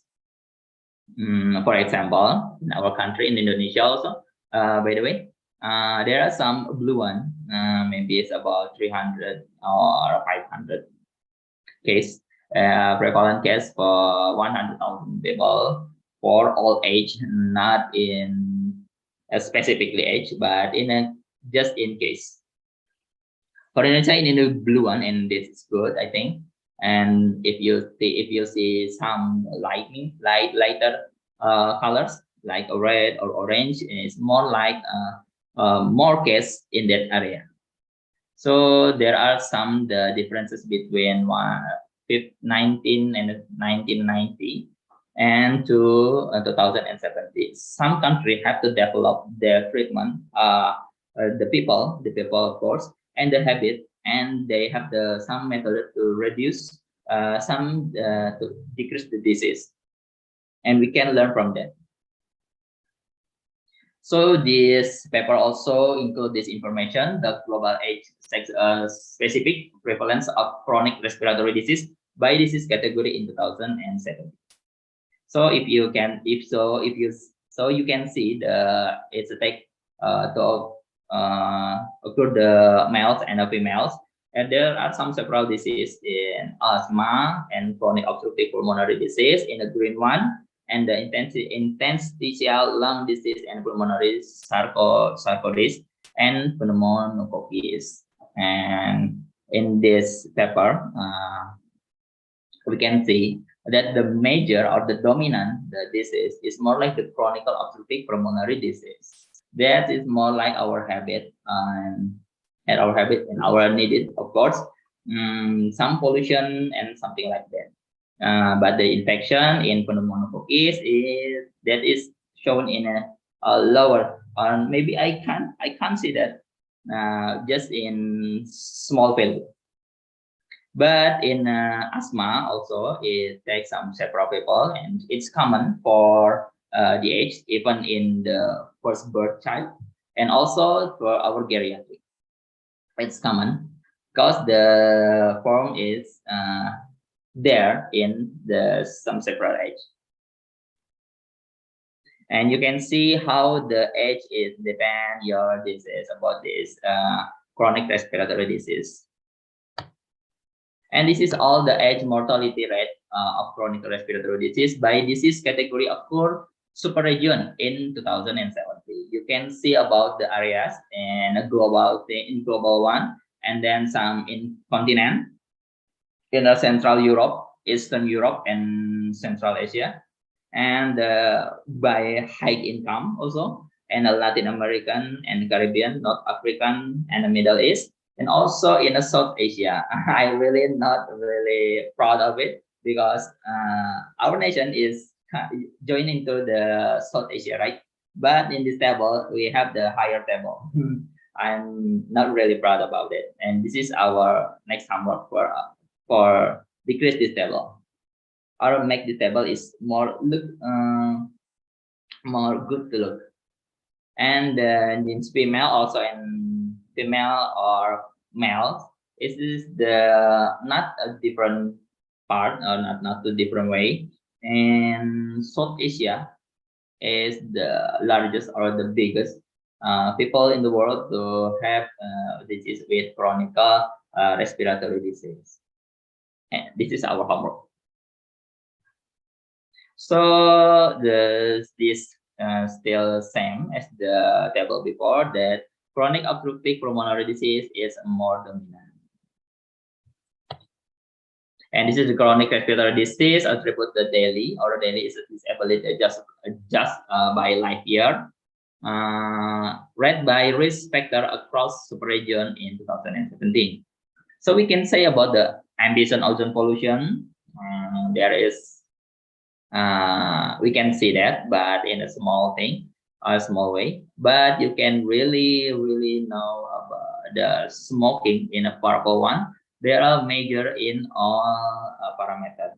First of all, we talk about the overall. The smoking is still more dominant, and the male also, and the female. Not just maybe the male is more like they're more like the habit by a smoker, by the smoking. We can take it by our homework to say about there are no benefit about the because still do the smoking. So the South Asia is still the number one of this. I'm still not proud of it.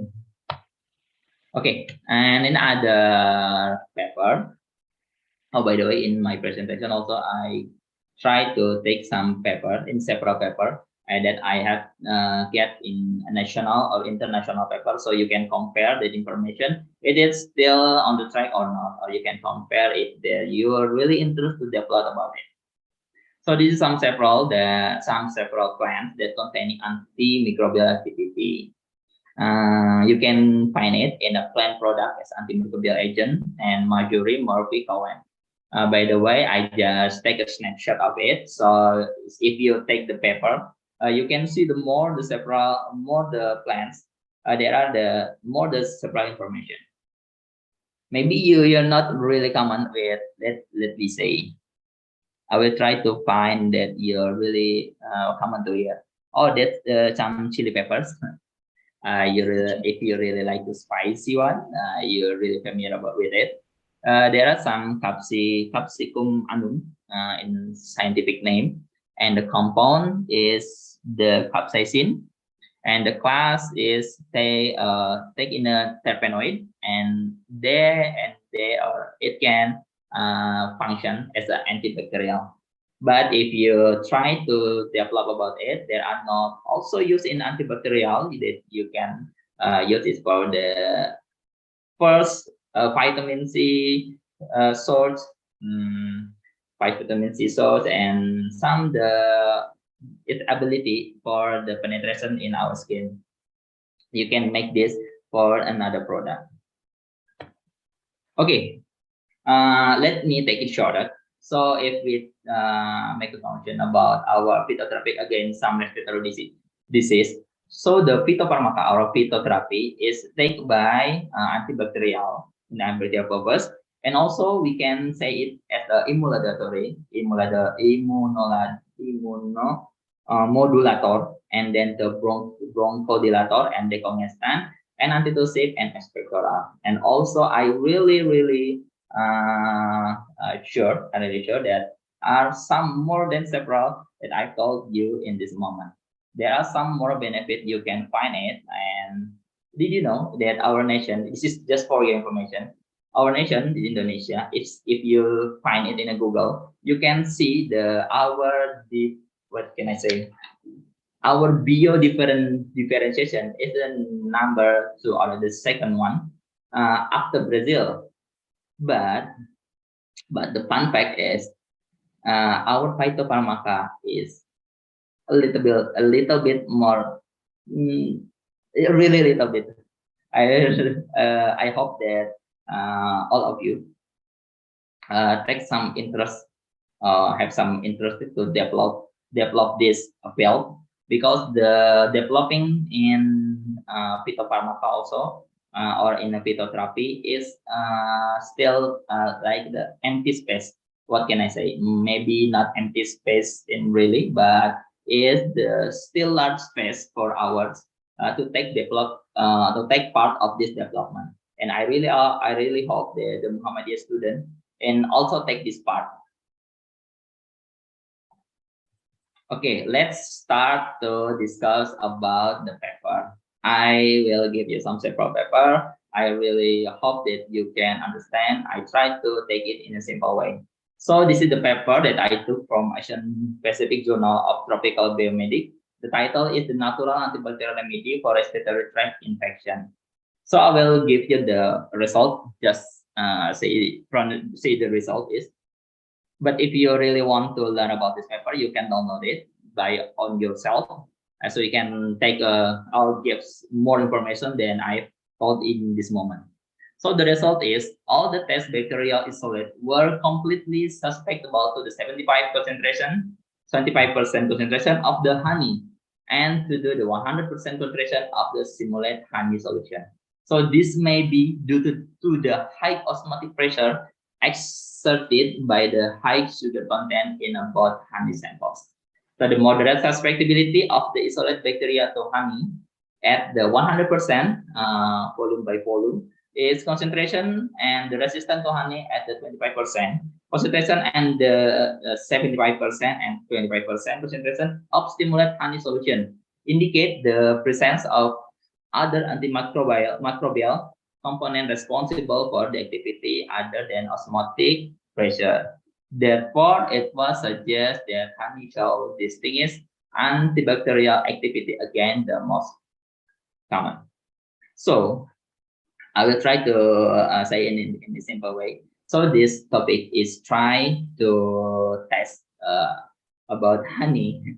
Honey is honey. Honey from bee, right? Okay. And take from the University of Egypt. It's in Egyptian. They are trying to test the activity of antibacterial from honey. So they make into to test, by the way. If you see in this table, you can see the antibacterial activity percent by zone inhibition of crude honey sample and stimulate honey solution against the isolated microorganism.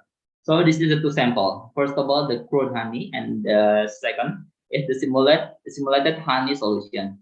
To sample that again several microbial. There are some Staphylococcus pneumoniae, Staphylococcus aureus, and other thing you can see in this table. So we can see the conclusion or the result of this research is you can see the right table. There are some antibody activity by percentage. So if you try to doing test in antibacterial activity, you can try to test by this inhibition of antibacterial. You can choose by some medicine or some candidate of the herbal. You can try to make this a similar test. You can say, yeah, wait, let me see. First of all, there are from crude honey, they are effective for 95% of antibacterial from pneumonia, Staphylococcus pneumoniae. And other thing you can say with the in 75% of the crude honey, they are effective for 100%. Whoa, this is extremely number, right? But I hope you can make it sure for twice, or you can take this some subject but take in a different method, or the same method in the different subject. Okay, this is the split into some several concentration from the 25, 75, and 100%. You can see the result. So the next is, and how this paper is take, or how the paper is work.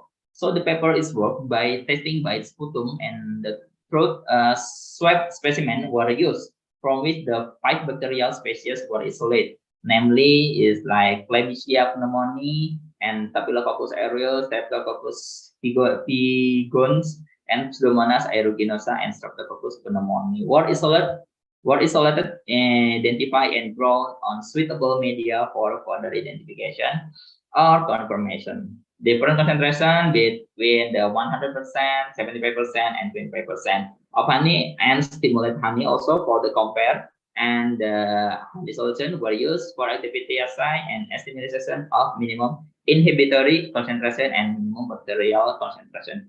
So this is some several clue that the paper is to talk about the minimum inhibitory concentration and the minimum bactericidal concentration. This is the common method if you are interested in R&D, industrial pharmacy.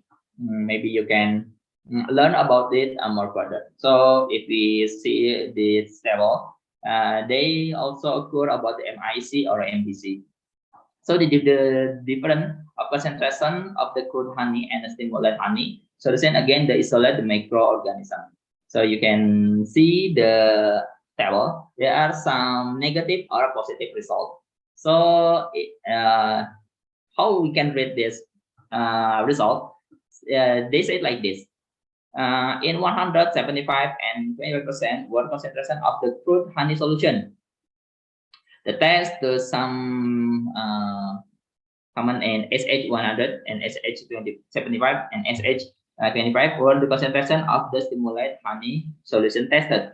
So the negative is indicate no growth, and the positive is indicate growth. So if you see the correlation about this test, more higher the concentration is also more the higher the effectively from the antibacterial function. So the lowest concentration is still there are some change to bacteria to being growth. This if we say in H25%, they take some positive result or some positive result, but in a higher concentration there are some negative result. Okay. So I have tried to say I try to make some conclusion in this paper for you. I hope you are really interested about it. So in more recently, honey has been reported to have inhibitory effect to around 60 species of bacteria, including aerobe and anaerobe, for even in gram positive and gram negative. And also in study, respiration tract infection was chosen because it is high prevalence among the disease, especially in the children. And it's one of the diseases directly correlated with industrialization and air pollution. Yes, that's why I chose this paper. Also, this is some correlation about the previous paper, how the chronic respiratory disease and it's more common in our age.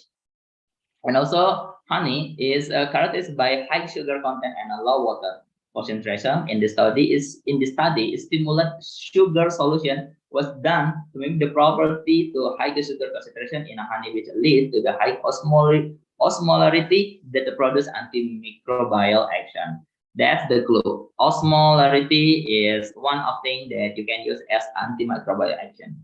And then also hydrogen peroxide, flavonoid compound. Recent research show that honey at concentration as low as 0.1% and change the proliferation of peripheral blood by B lymphocyte and T lymphocyte. As we know, this is one of the cell immunity in our immune system.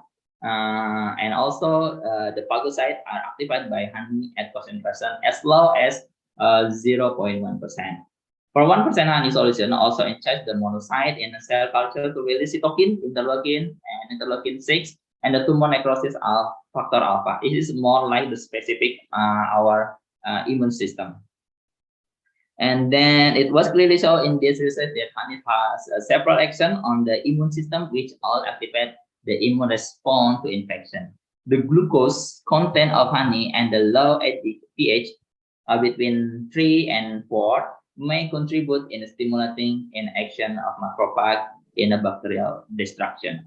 So if we can say in a simple way, the pH of the honey ini di atas and then the gimana caranya and the third is the some stimulant in our immune body. Okay, first paper, and then we can say we can talk about the second paper. I'd like to try in a simple word again. I hope you can find it if you want to learn about it more further. The modified Jingyo-san. Start dulu aja. Oh, suwen. Minum susu kedelai. Okay, you hear my voice? Hello. Okay, let me continue this. Okay, the modified gingiosine in the Chinese herbal medicine has direct antibacterial effect against the respiratory pathogen. So if you want to learn about how to read the journal, you can read first of all by see the abstract and then the background, also the method and the result and the conclusion. So I will say in the result, just in the result.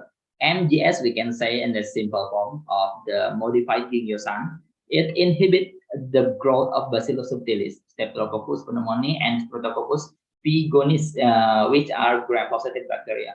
Although the growth of the most gram-negative bacteria was not inhibited by MGS. Interestingly, the growth of the Haemophilus influenza was inhibited. MGS did not show any activity against Candida albicans or bacteriophage. So if you see the result, we can make some conclusion. They are sensitive to positive gram bacteria. They are not sensitive to negative gram bacteria, but MGS is still sensitive to Haemophilus influenza. They are inhibit the Haemophilus influenza, but not sensitive in fungal. So this is the result of the research of the paper. So first of all, the promotion of the modified gingiosine and gingiosine. The gingiosine, if you see the A or the B one is the extract, or B is like the daily dose. And the bacteria, fungal, and viral strain used in this study, you can also use this. You can also see in this page. There are some using by control and using by test. Let me pass a bit. You can see it later. So the result is something like this. If you see how the graphic is, so the control or the infection is the black one, and our test or our subject is the red one. You can see some interesting. There are some inhibit and activity for our first subject. You can see this. For the differences of the path in black one and the red one, more lower than the result. So the result is more higher and our test is more lower. So you can make this conclusion that this is effective for antibacterial effect. So it's more similar, this more close. Also, it's not have activity. So more further the track. So this is more active antibacterial. So it's still similar. So you can make conclusion there are no activity about it. Okay, the conclusion. This study indicates that MGS has direct antibacterial effect against the respiratory bacterial pathogen. And this finding together with those from previous reports show that GS or gingiosine has in vivo antiviral activity against the influenza virus, and that MGS could be a useful antibacterial agent. Therefore, MGS may be effective for use as a pastille and a gargle. So, moreover, further studies need to be conducted to clarify whether the metabolism of MGS as well have effect on bacteria. So this is the clue from the first author. There are some chance that we can being part of this research. Okay, the next topic, our traditional medical plants. It's a possible source. The title is the traditional medical plants that focus on the possible source of the antibacterial activity on respiratory disease induced by Chlamydia pneumoniae and Haemophilus influenzae, Klebsiella pneumoniae, and Moraxella tartaris. As you know, the virus and also the bacteria is come in our body in a same way, more like take in some fluid of the body patient before on the suspect and come to our body by inhalation pathway.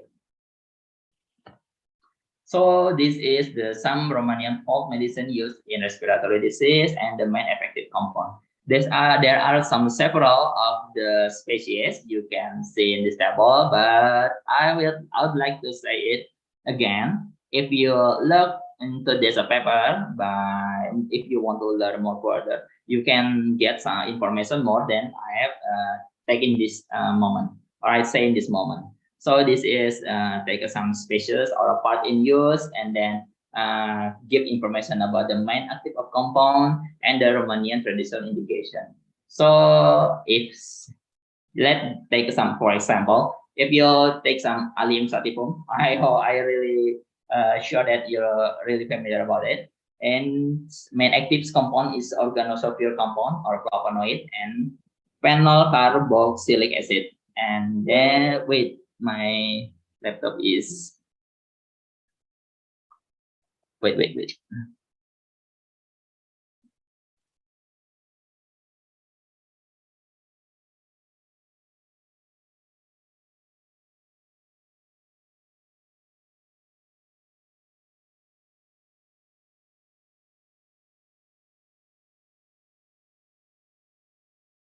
I'm sorry for that.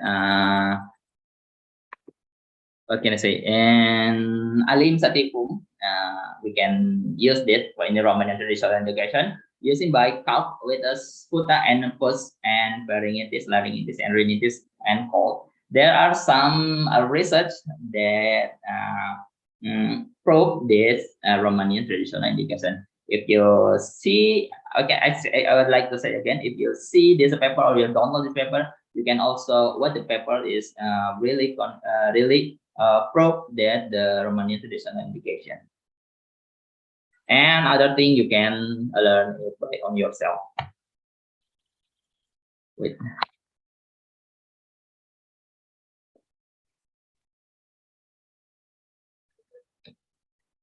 Okay. Next, we can talk about the immunomodulator. As you know, maybe this is the same topic that our last presentation with Ibu Ina. Also, our herbals or our phytotherapy, you can use this for the immunomodulator. As we know, if we get some infection from the virus, we can also, first of all, our mitigation therapy is increase our immunity, right? So the immunity modulatory activity of beta plant. It take in a National Journal of Pharmaca. The title is Review of Aktivitas Immunomodulator dari tanaman sambiloto. Is a more activity of immunomodulatory by Androgravides paniculata. And the immunomodulatory activity of sambiloto is due to the presence of the active compound in the form of first deoxyandrograpolid, and second andrograpolid, and next is 4-deoxy and 11 neoandrograpolid, and next is the 12 dihydroandrograpolid, and homoandrograpolid and diterpenoid, and the last is flavonoid. It's contained in a sambiloto or in Andrographidis paniculata or Andrographidis herbs. And this paper is taken by Maulana Yusuf Al-Khadri and Anas Subarnas and Afiat Barbudi. And maybe if you know this issue about the immunomodulator from the phytotherapy, and maybe you can see in your commercial television, there are some product that in that main of the commercial is more like it strong the immune system. You can say it's take from the CD4 is plus after the use this some herbal product. Maybe I can say in a reviews in or reviews wine, I can say directly in that literally name. And you can also learn about the abstract first, and then how the mechanism of the sambiloto. So the sambiloto extract is it will increase the specific and non-specific immune system. There are two forms. There are two ways. First of all, by increase the phagocytosis process and the specific immune body, they will increase your concentrate of lymphocyte B cell, and then your antibody also increase, and the process of phagocytosis also increase. But I know sambiloto increase leukocyte and immunoglobulin. As we know, immunoglobulin is more like the specific immune body, and the leukocyte is more like the non-specific our immune body. So this mechanism I'll take from Kumairov Chandrakirana from Bati Jasuti. The title is the pengaruh pemberian filtrat daun sambiloto terhadap jumlah leukosit darah tikus putih yang terpapar benzena. So this is some method of in vivo method in the research. You can Sorry try. for the interruption, Mr. Reza. You have 3 minutes Okay. for I'm sorry the about presentation. that. Thank you. I'm sorry about that. And the next topic, so the point is this is the CD4 cell. The CD4 cell is we recognize an antigen that enters the blood vessel and they activate macrophage to kill the antigen. And the CD8 cell, a CD8 plus cell, is recognize the cytoplasma of the cell that has been infected before with the antigen and kill the infected cell. So if you see this, so this is split in 4 diagram in split and a different dose. By the way, you can see, but the interesting you can see the number 4. There's the decrease of the activity of immunomodulatory. So this is I have to make it clearly. It's possible that the active compound, the ethanol fraction of the bitter leaf, can stimulate the differentiation of native T cell into effector cell where CD62L is the marker of the cell activation. And this is the decrease. You can see that this is some increased activity, and then if the dose is longer, higher, and the activity is more more decreased. So the conclusion is Sambiloto, as I will say it in a simple way, Sambiloto can use by immunostimulator and also an immunosuppressor. Is that can reduce the immune response when the immune system increases beyond normal body condition. This is a function that are really fun fact. So the treatment of the upper respiratory tract in infection of primary care and randomized study using aromatic herb. This is taken by in Israel, by the way. It take for some randomized subject using the aromatherapy for their symptom of respiratory infection. So this is the method, and this is the result. The result is spray application of the 5 aromatic plant report in the study bring about the significant and immediate improvement in the symptom to upper respiratory ailment. So you can take this paper for the development of your study or your research for develop the product with the aromatherapy form. This is another national journal. You can learn about the therapy herbal and alternative in common flu and upper respiratory tract, not specific. Test for the some several virus, and also this is some your common cold, common sign. There's a runny and stuffy nose. I really know that you already know about it. And then how to use the herbal antigravitic paniculata or sambiloto, and how this is taken by the phytotherapy. And then this is several of the herbal that you can use as herbal echinacea, then purpur echinacea, and then herbal green tea and a black tea and then garlic. So this is several you can use for your symptom of your flu.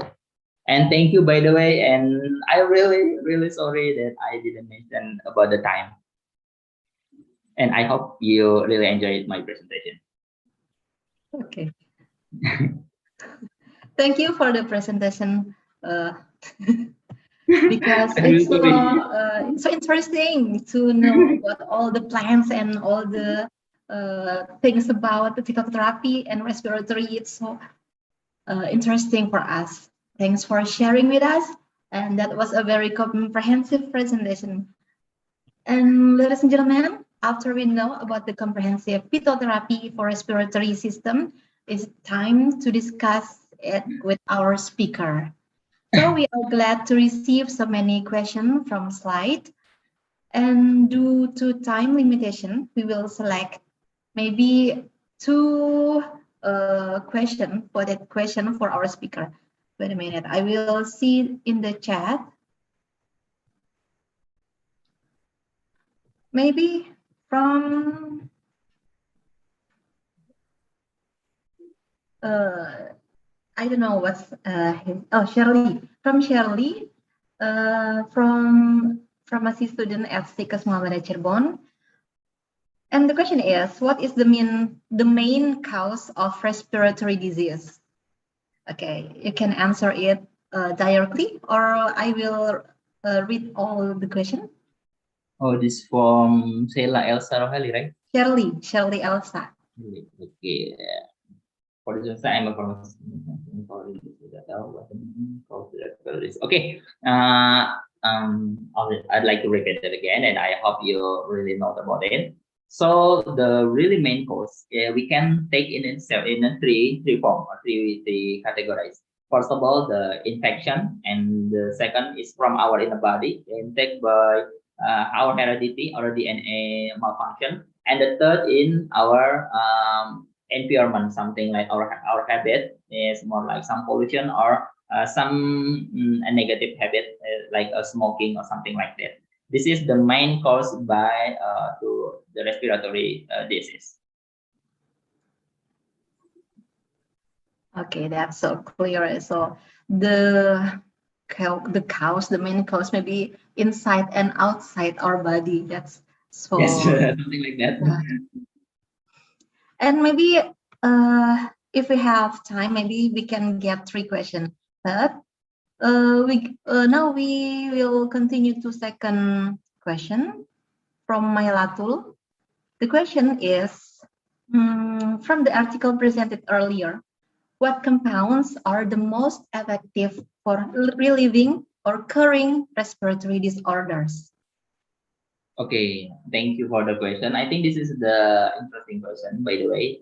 For the answer this question, we can split this by cause first. By the way, if you want to take some antibacterial, you can see some several plants that can give activity as antibacterial. Because the antibacterial and antivirus maybe it's the same or similar, but if the causes by in your inner body, like the DNA malfunction, or some allergens, you can use some the treat your symptom first. Just like the what I can say about the your aromatic something treatment that can reduce your sign of the common flu, something like that. Yeah. For so the answer for this question is more like you can more specifically for the causes it first, and then you can find it by the purpose. So the patients maybe will relieve the symptom first. That's the plan, maybe. Yeah. Okay, we have 5 minutes. Maybe we can take another question. Okay. So because it's interesting for everyone, I guess. Maybe from the last question, Zahra Aziza from Stikas Muhammadiyah Cirebon. According to Mr. Reza and based on the result of research, what compounds are effective for? Oh, it's the same, right? It's the same relieving shortness of breath duo. Maybe this is specific on COVID-19. COVID-19, right? By the way, this is the for me because I'm not the herbalism, I'm the clinician, and I'm really not the proper to answer it. But I'd like to say, based all I know, okay, based on I know. First of all, the COVID is the infection by the virus. I have tell you before that the first method we can use the immunomodulator method. You can pick some herbals that you can use that increase your immunomodulator system. I have to give you some clue in some our local product that you can see in a local commercial. Some product clue that this product can also increase the immune system after you take it for 3 days, something like that.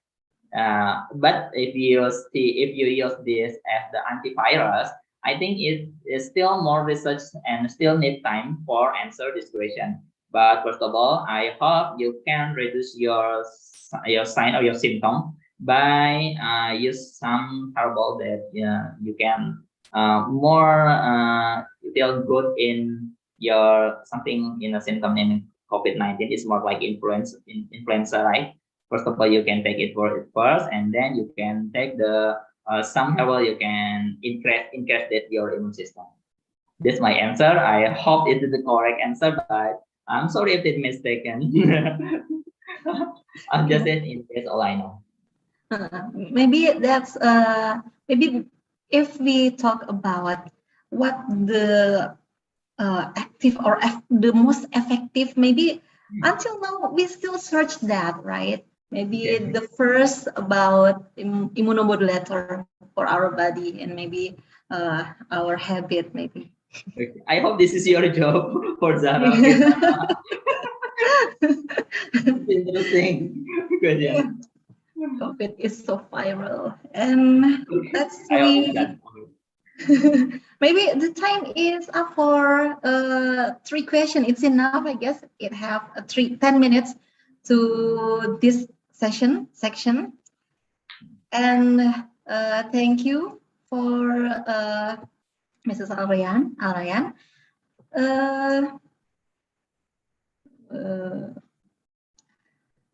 Well, maybe this is the summarizing section. Ladies and gentlemen, from some of the questions that have been raised, there are many plants that have potential in the field of medicine. What's more, the basic treatment originally came from plants. However, we as pharmacists or maybe as science or health student have a very big role in the treatment, especially various tests related to safety, effectiveness, and so on. As a thank you to the speakers for the time and information that has been given, we as the committee would like to give a memento for the implementation of this event. Maybe committee will share about the memento.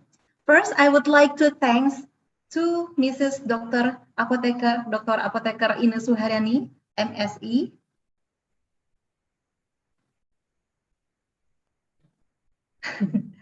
Thank you for the time and for the information that given. And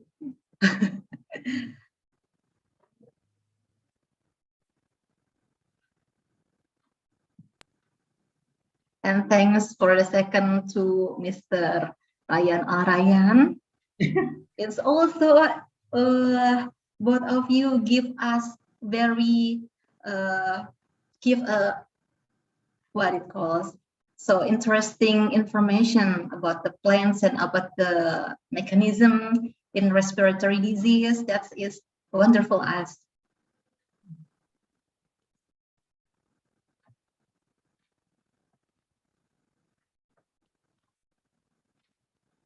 Okay. And finally, ladies and gentlemen, I would like to thank the speakers for their informative and interesting presentation, and also to all the participants for their active participation. Please give applause for the speakers and for you all. Can I get applause for that? Thank you. So I should remind everyone that we will be seeing you again tomorrow on next seminar.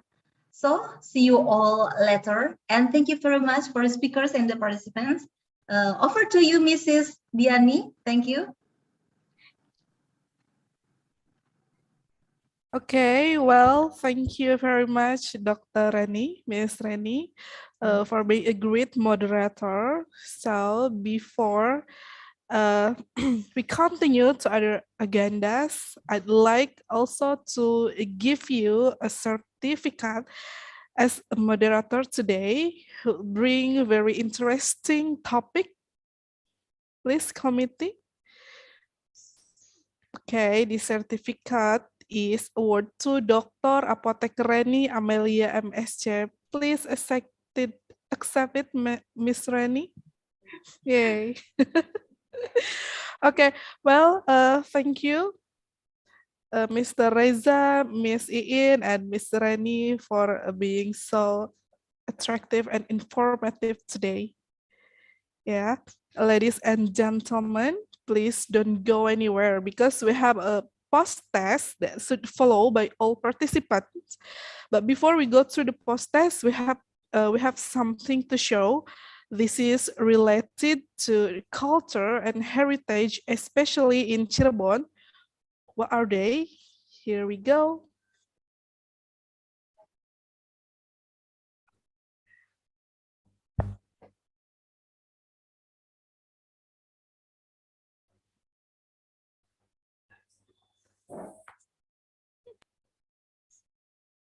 Cirebon Mas Klana Dance.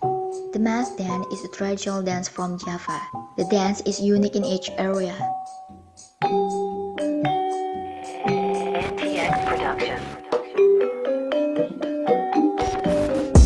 Cirebon, West Java, this dance is known as the Klana Mas dance. Cirebon city with its cultural wealth comes with a variety of traditional dance. The Klana Mas dance is different from other dancing. The dance is not related to the human life cycle, but it describes the bad traits of humans that are filled with anger and hatred. The Klana Mas dance depicts a grumpy king named Prabhu, who is in love with a woman named Dewi. The dance is usually performed with a jingle and sarung ilang. The movement in the dance represents someone in a fit of anger, drunkenness, and loud laughter. The Klana Mas dance is also known as Rawana Mas dance because on this dance it tells of one figure named Rawana in the Ramayana story. Rawana has the same character as the character in the Klana Mas dance, that is grumpy and hateful.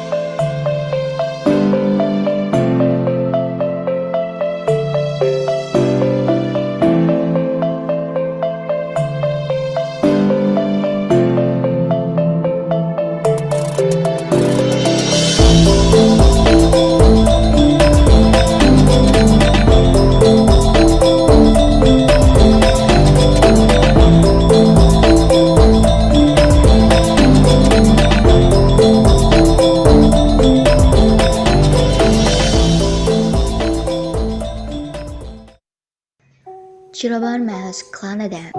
The Mas dance is a traditional dance from Java. The dance is unique in each area. In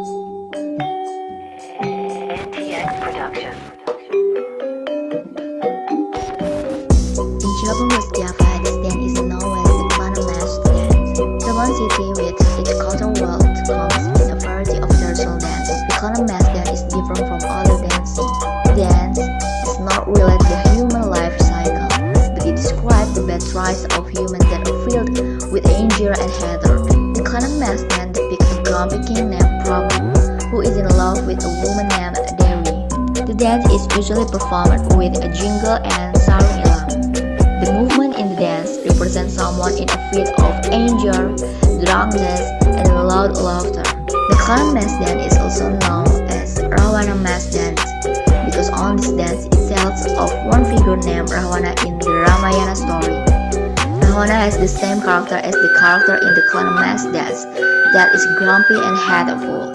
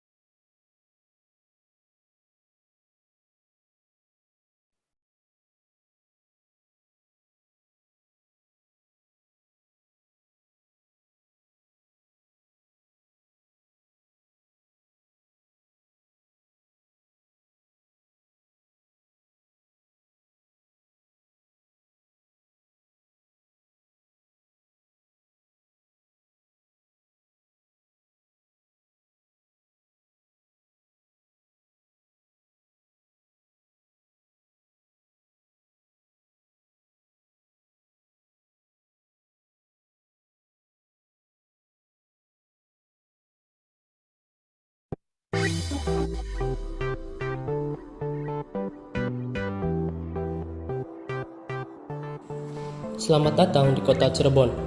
Kota Cirebon memiliki berbagai macam kuliner tradisional dengan cita rasa yang khas.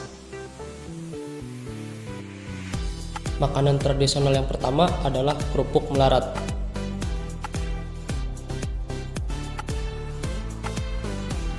Kerupuk melarat merupakan salah satu kerupuk khas Cirebon yang diolah menggunakan pasir sebagai pengganti minyak.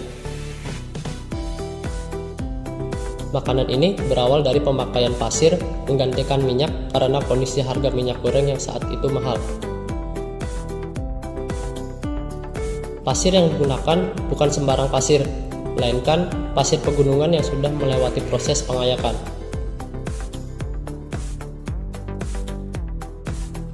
Setelah diayak, pasir kemudian dijemur untuk menghasilkan pasir yang bersih dan kering. Setelah itu, barulah pasir layak digunakan sebagai pengganti minyak.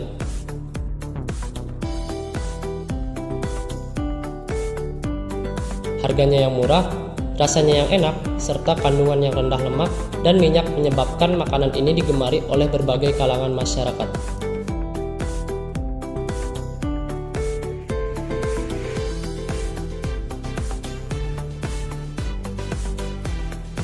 Berikutnya adalah makanan yang bernama tahu gejrot.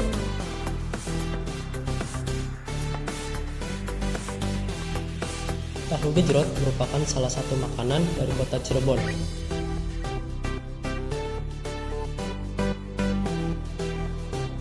Makanan ini dicirikan dengan tahu coklat goreng yang diracik dengan kuah cuka gula merah pada wadah batu.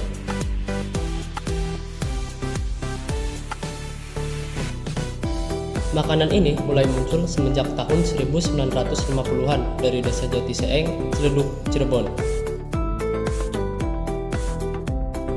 Meskipun saat itu kondisi perekonomian sedang lemah, namun tahu gejrot malah menjadi salah satu makanan yang favorit dan digemari masyarakat.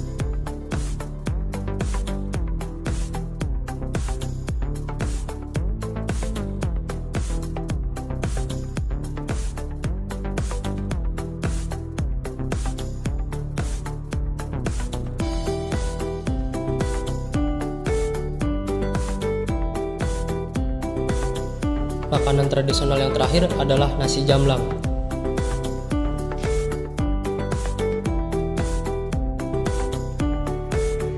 Nasi jamlang sudah ada sejak era kolonial Belanda. Nasi jamlang berasal dari kata jamlang yang merupakan nama salah satu kecamatan di Kabupaten Cirebon.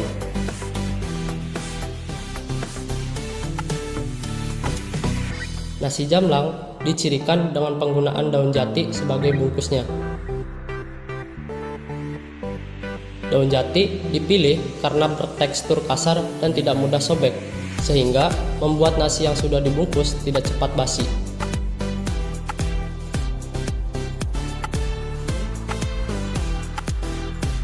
Selain itu, daun jati ini juga dapat digunakan sebagai pelindung kepala di saat panas terik. Pengunjung bisa memilih langsung lauknya. Menu yang tersedia antara lain sambal goreng, tahu sayur, daging, kentang, telur dadar, ikan asin, dan lain-lain.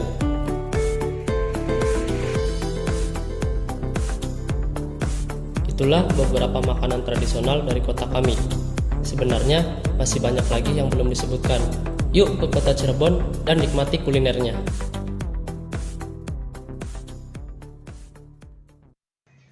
Cirebon Mass Klana Dance. The mass dance is a traditional dance.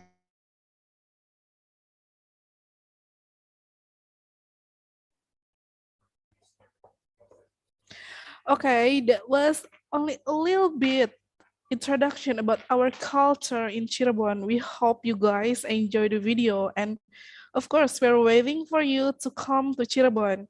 You will get more than what you saw on that video. All right, next agenda is post test. We have 10 minutes to do the post test. The link will be shared at a chat box on Zoom.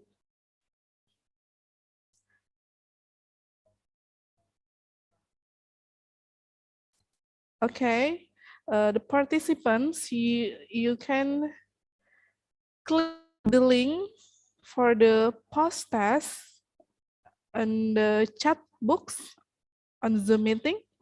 Committee, please share the link for the post test.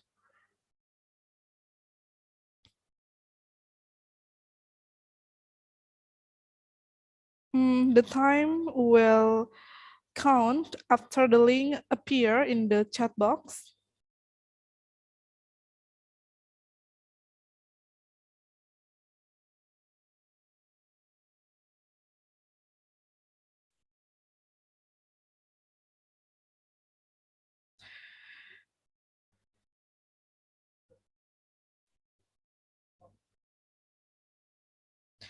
We have 3,326 participants who will do the post test, and the link already shared on the chat box, everyone. So please go to the Zoom chat box and click the link, and you will do the post test from 12 p.m. until 12 past 10.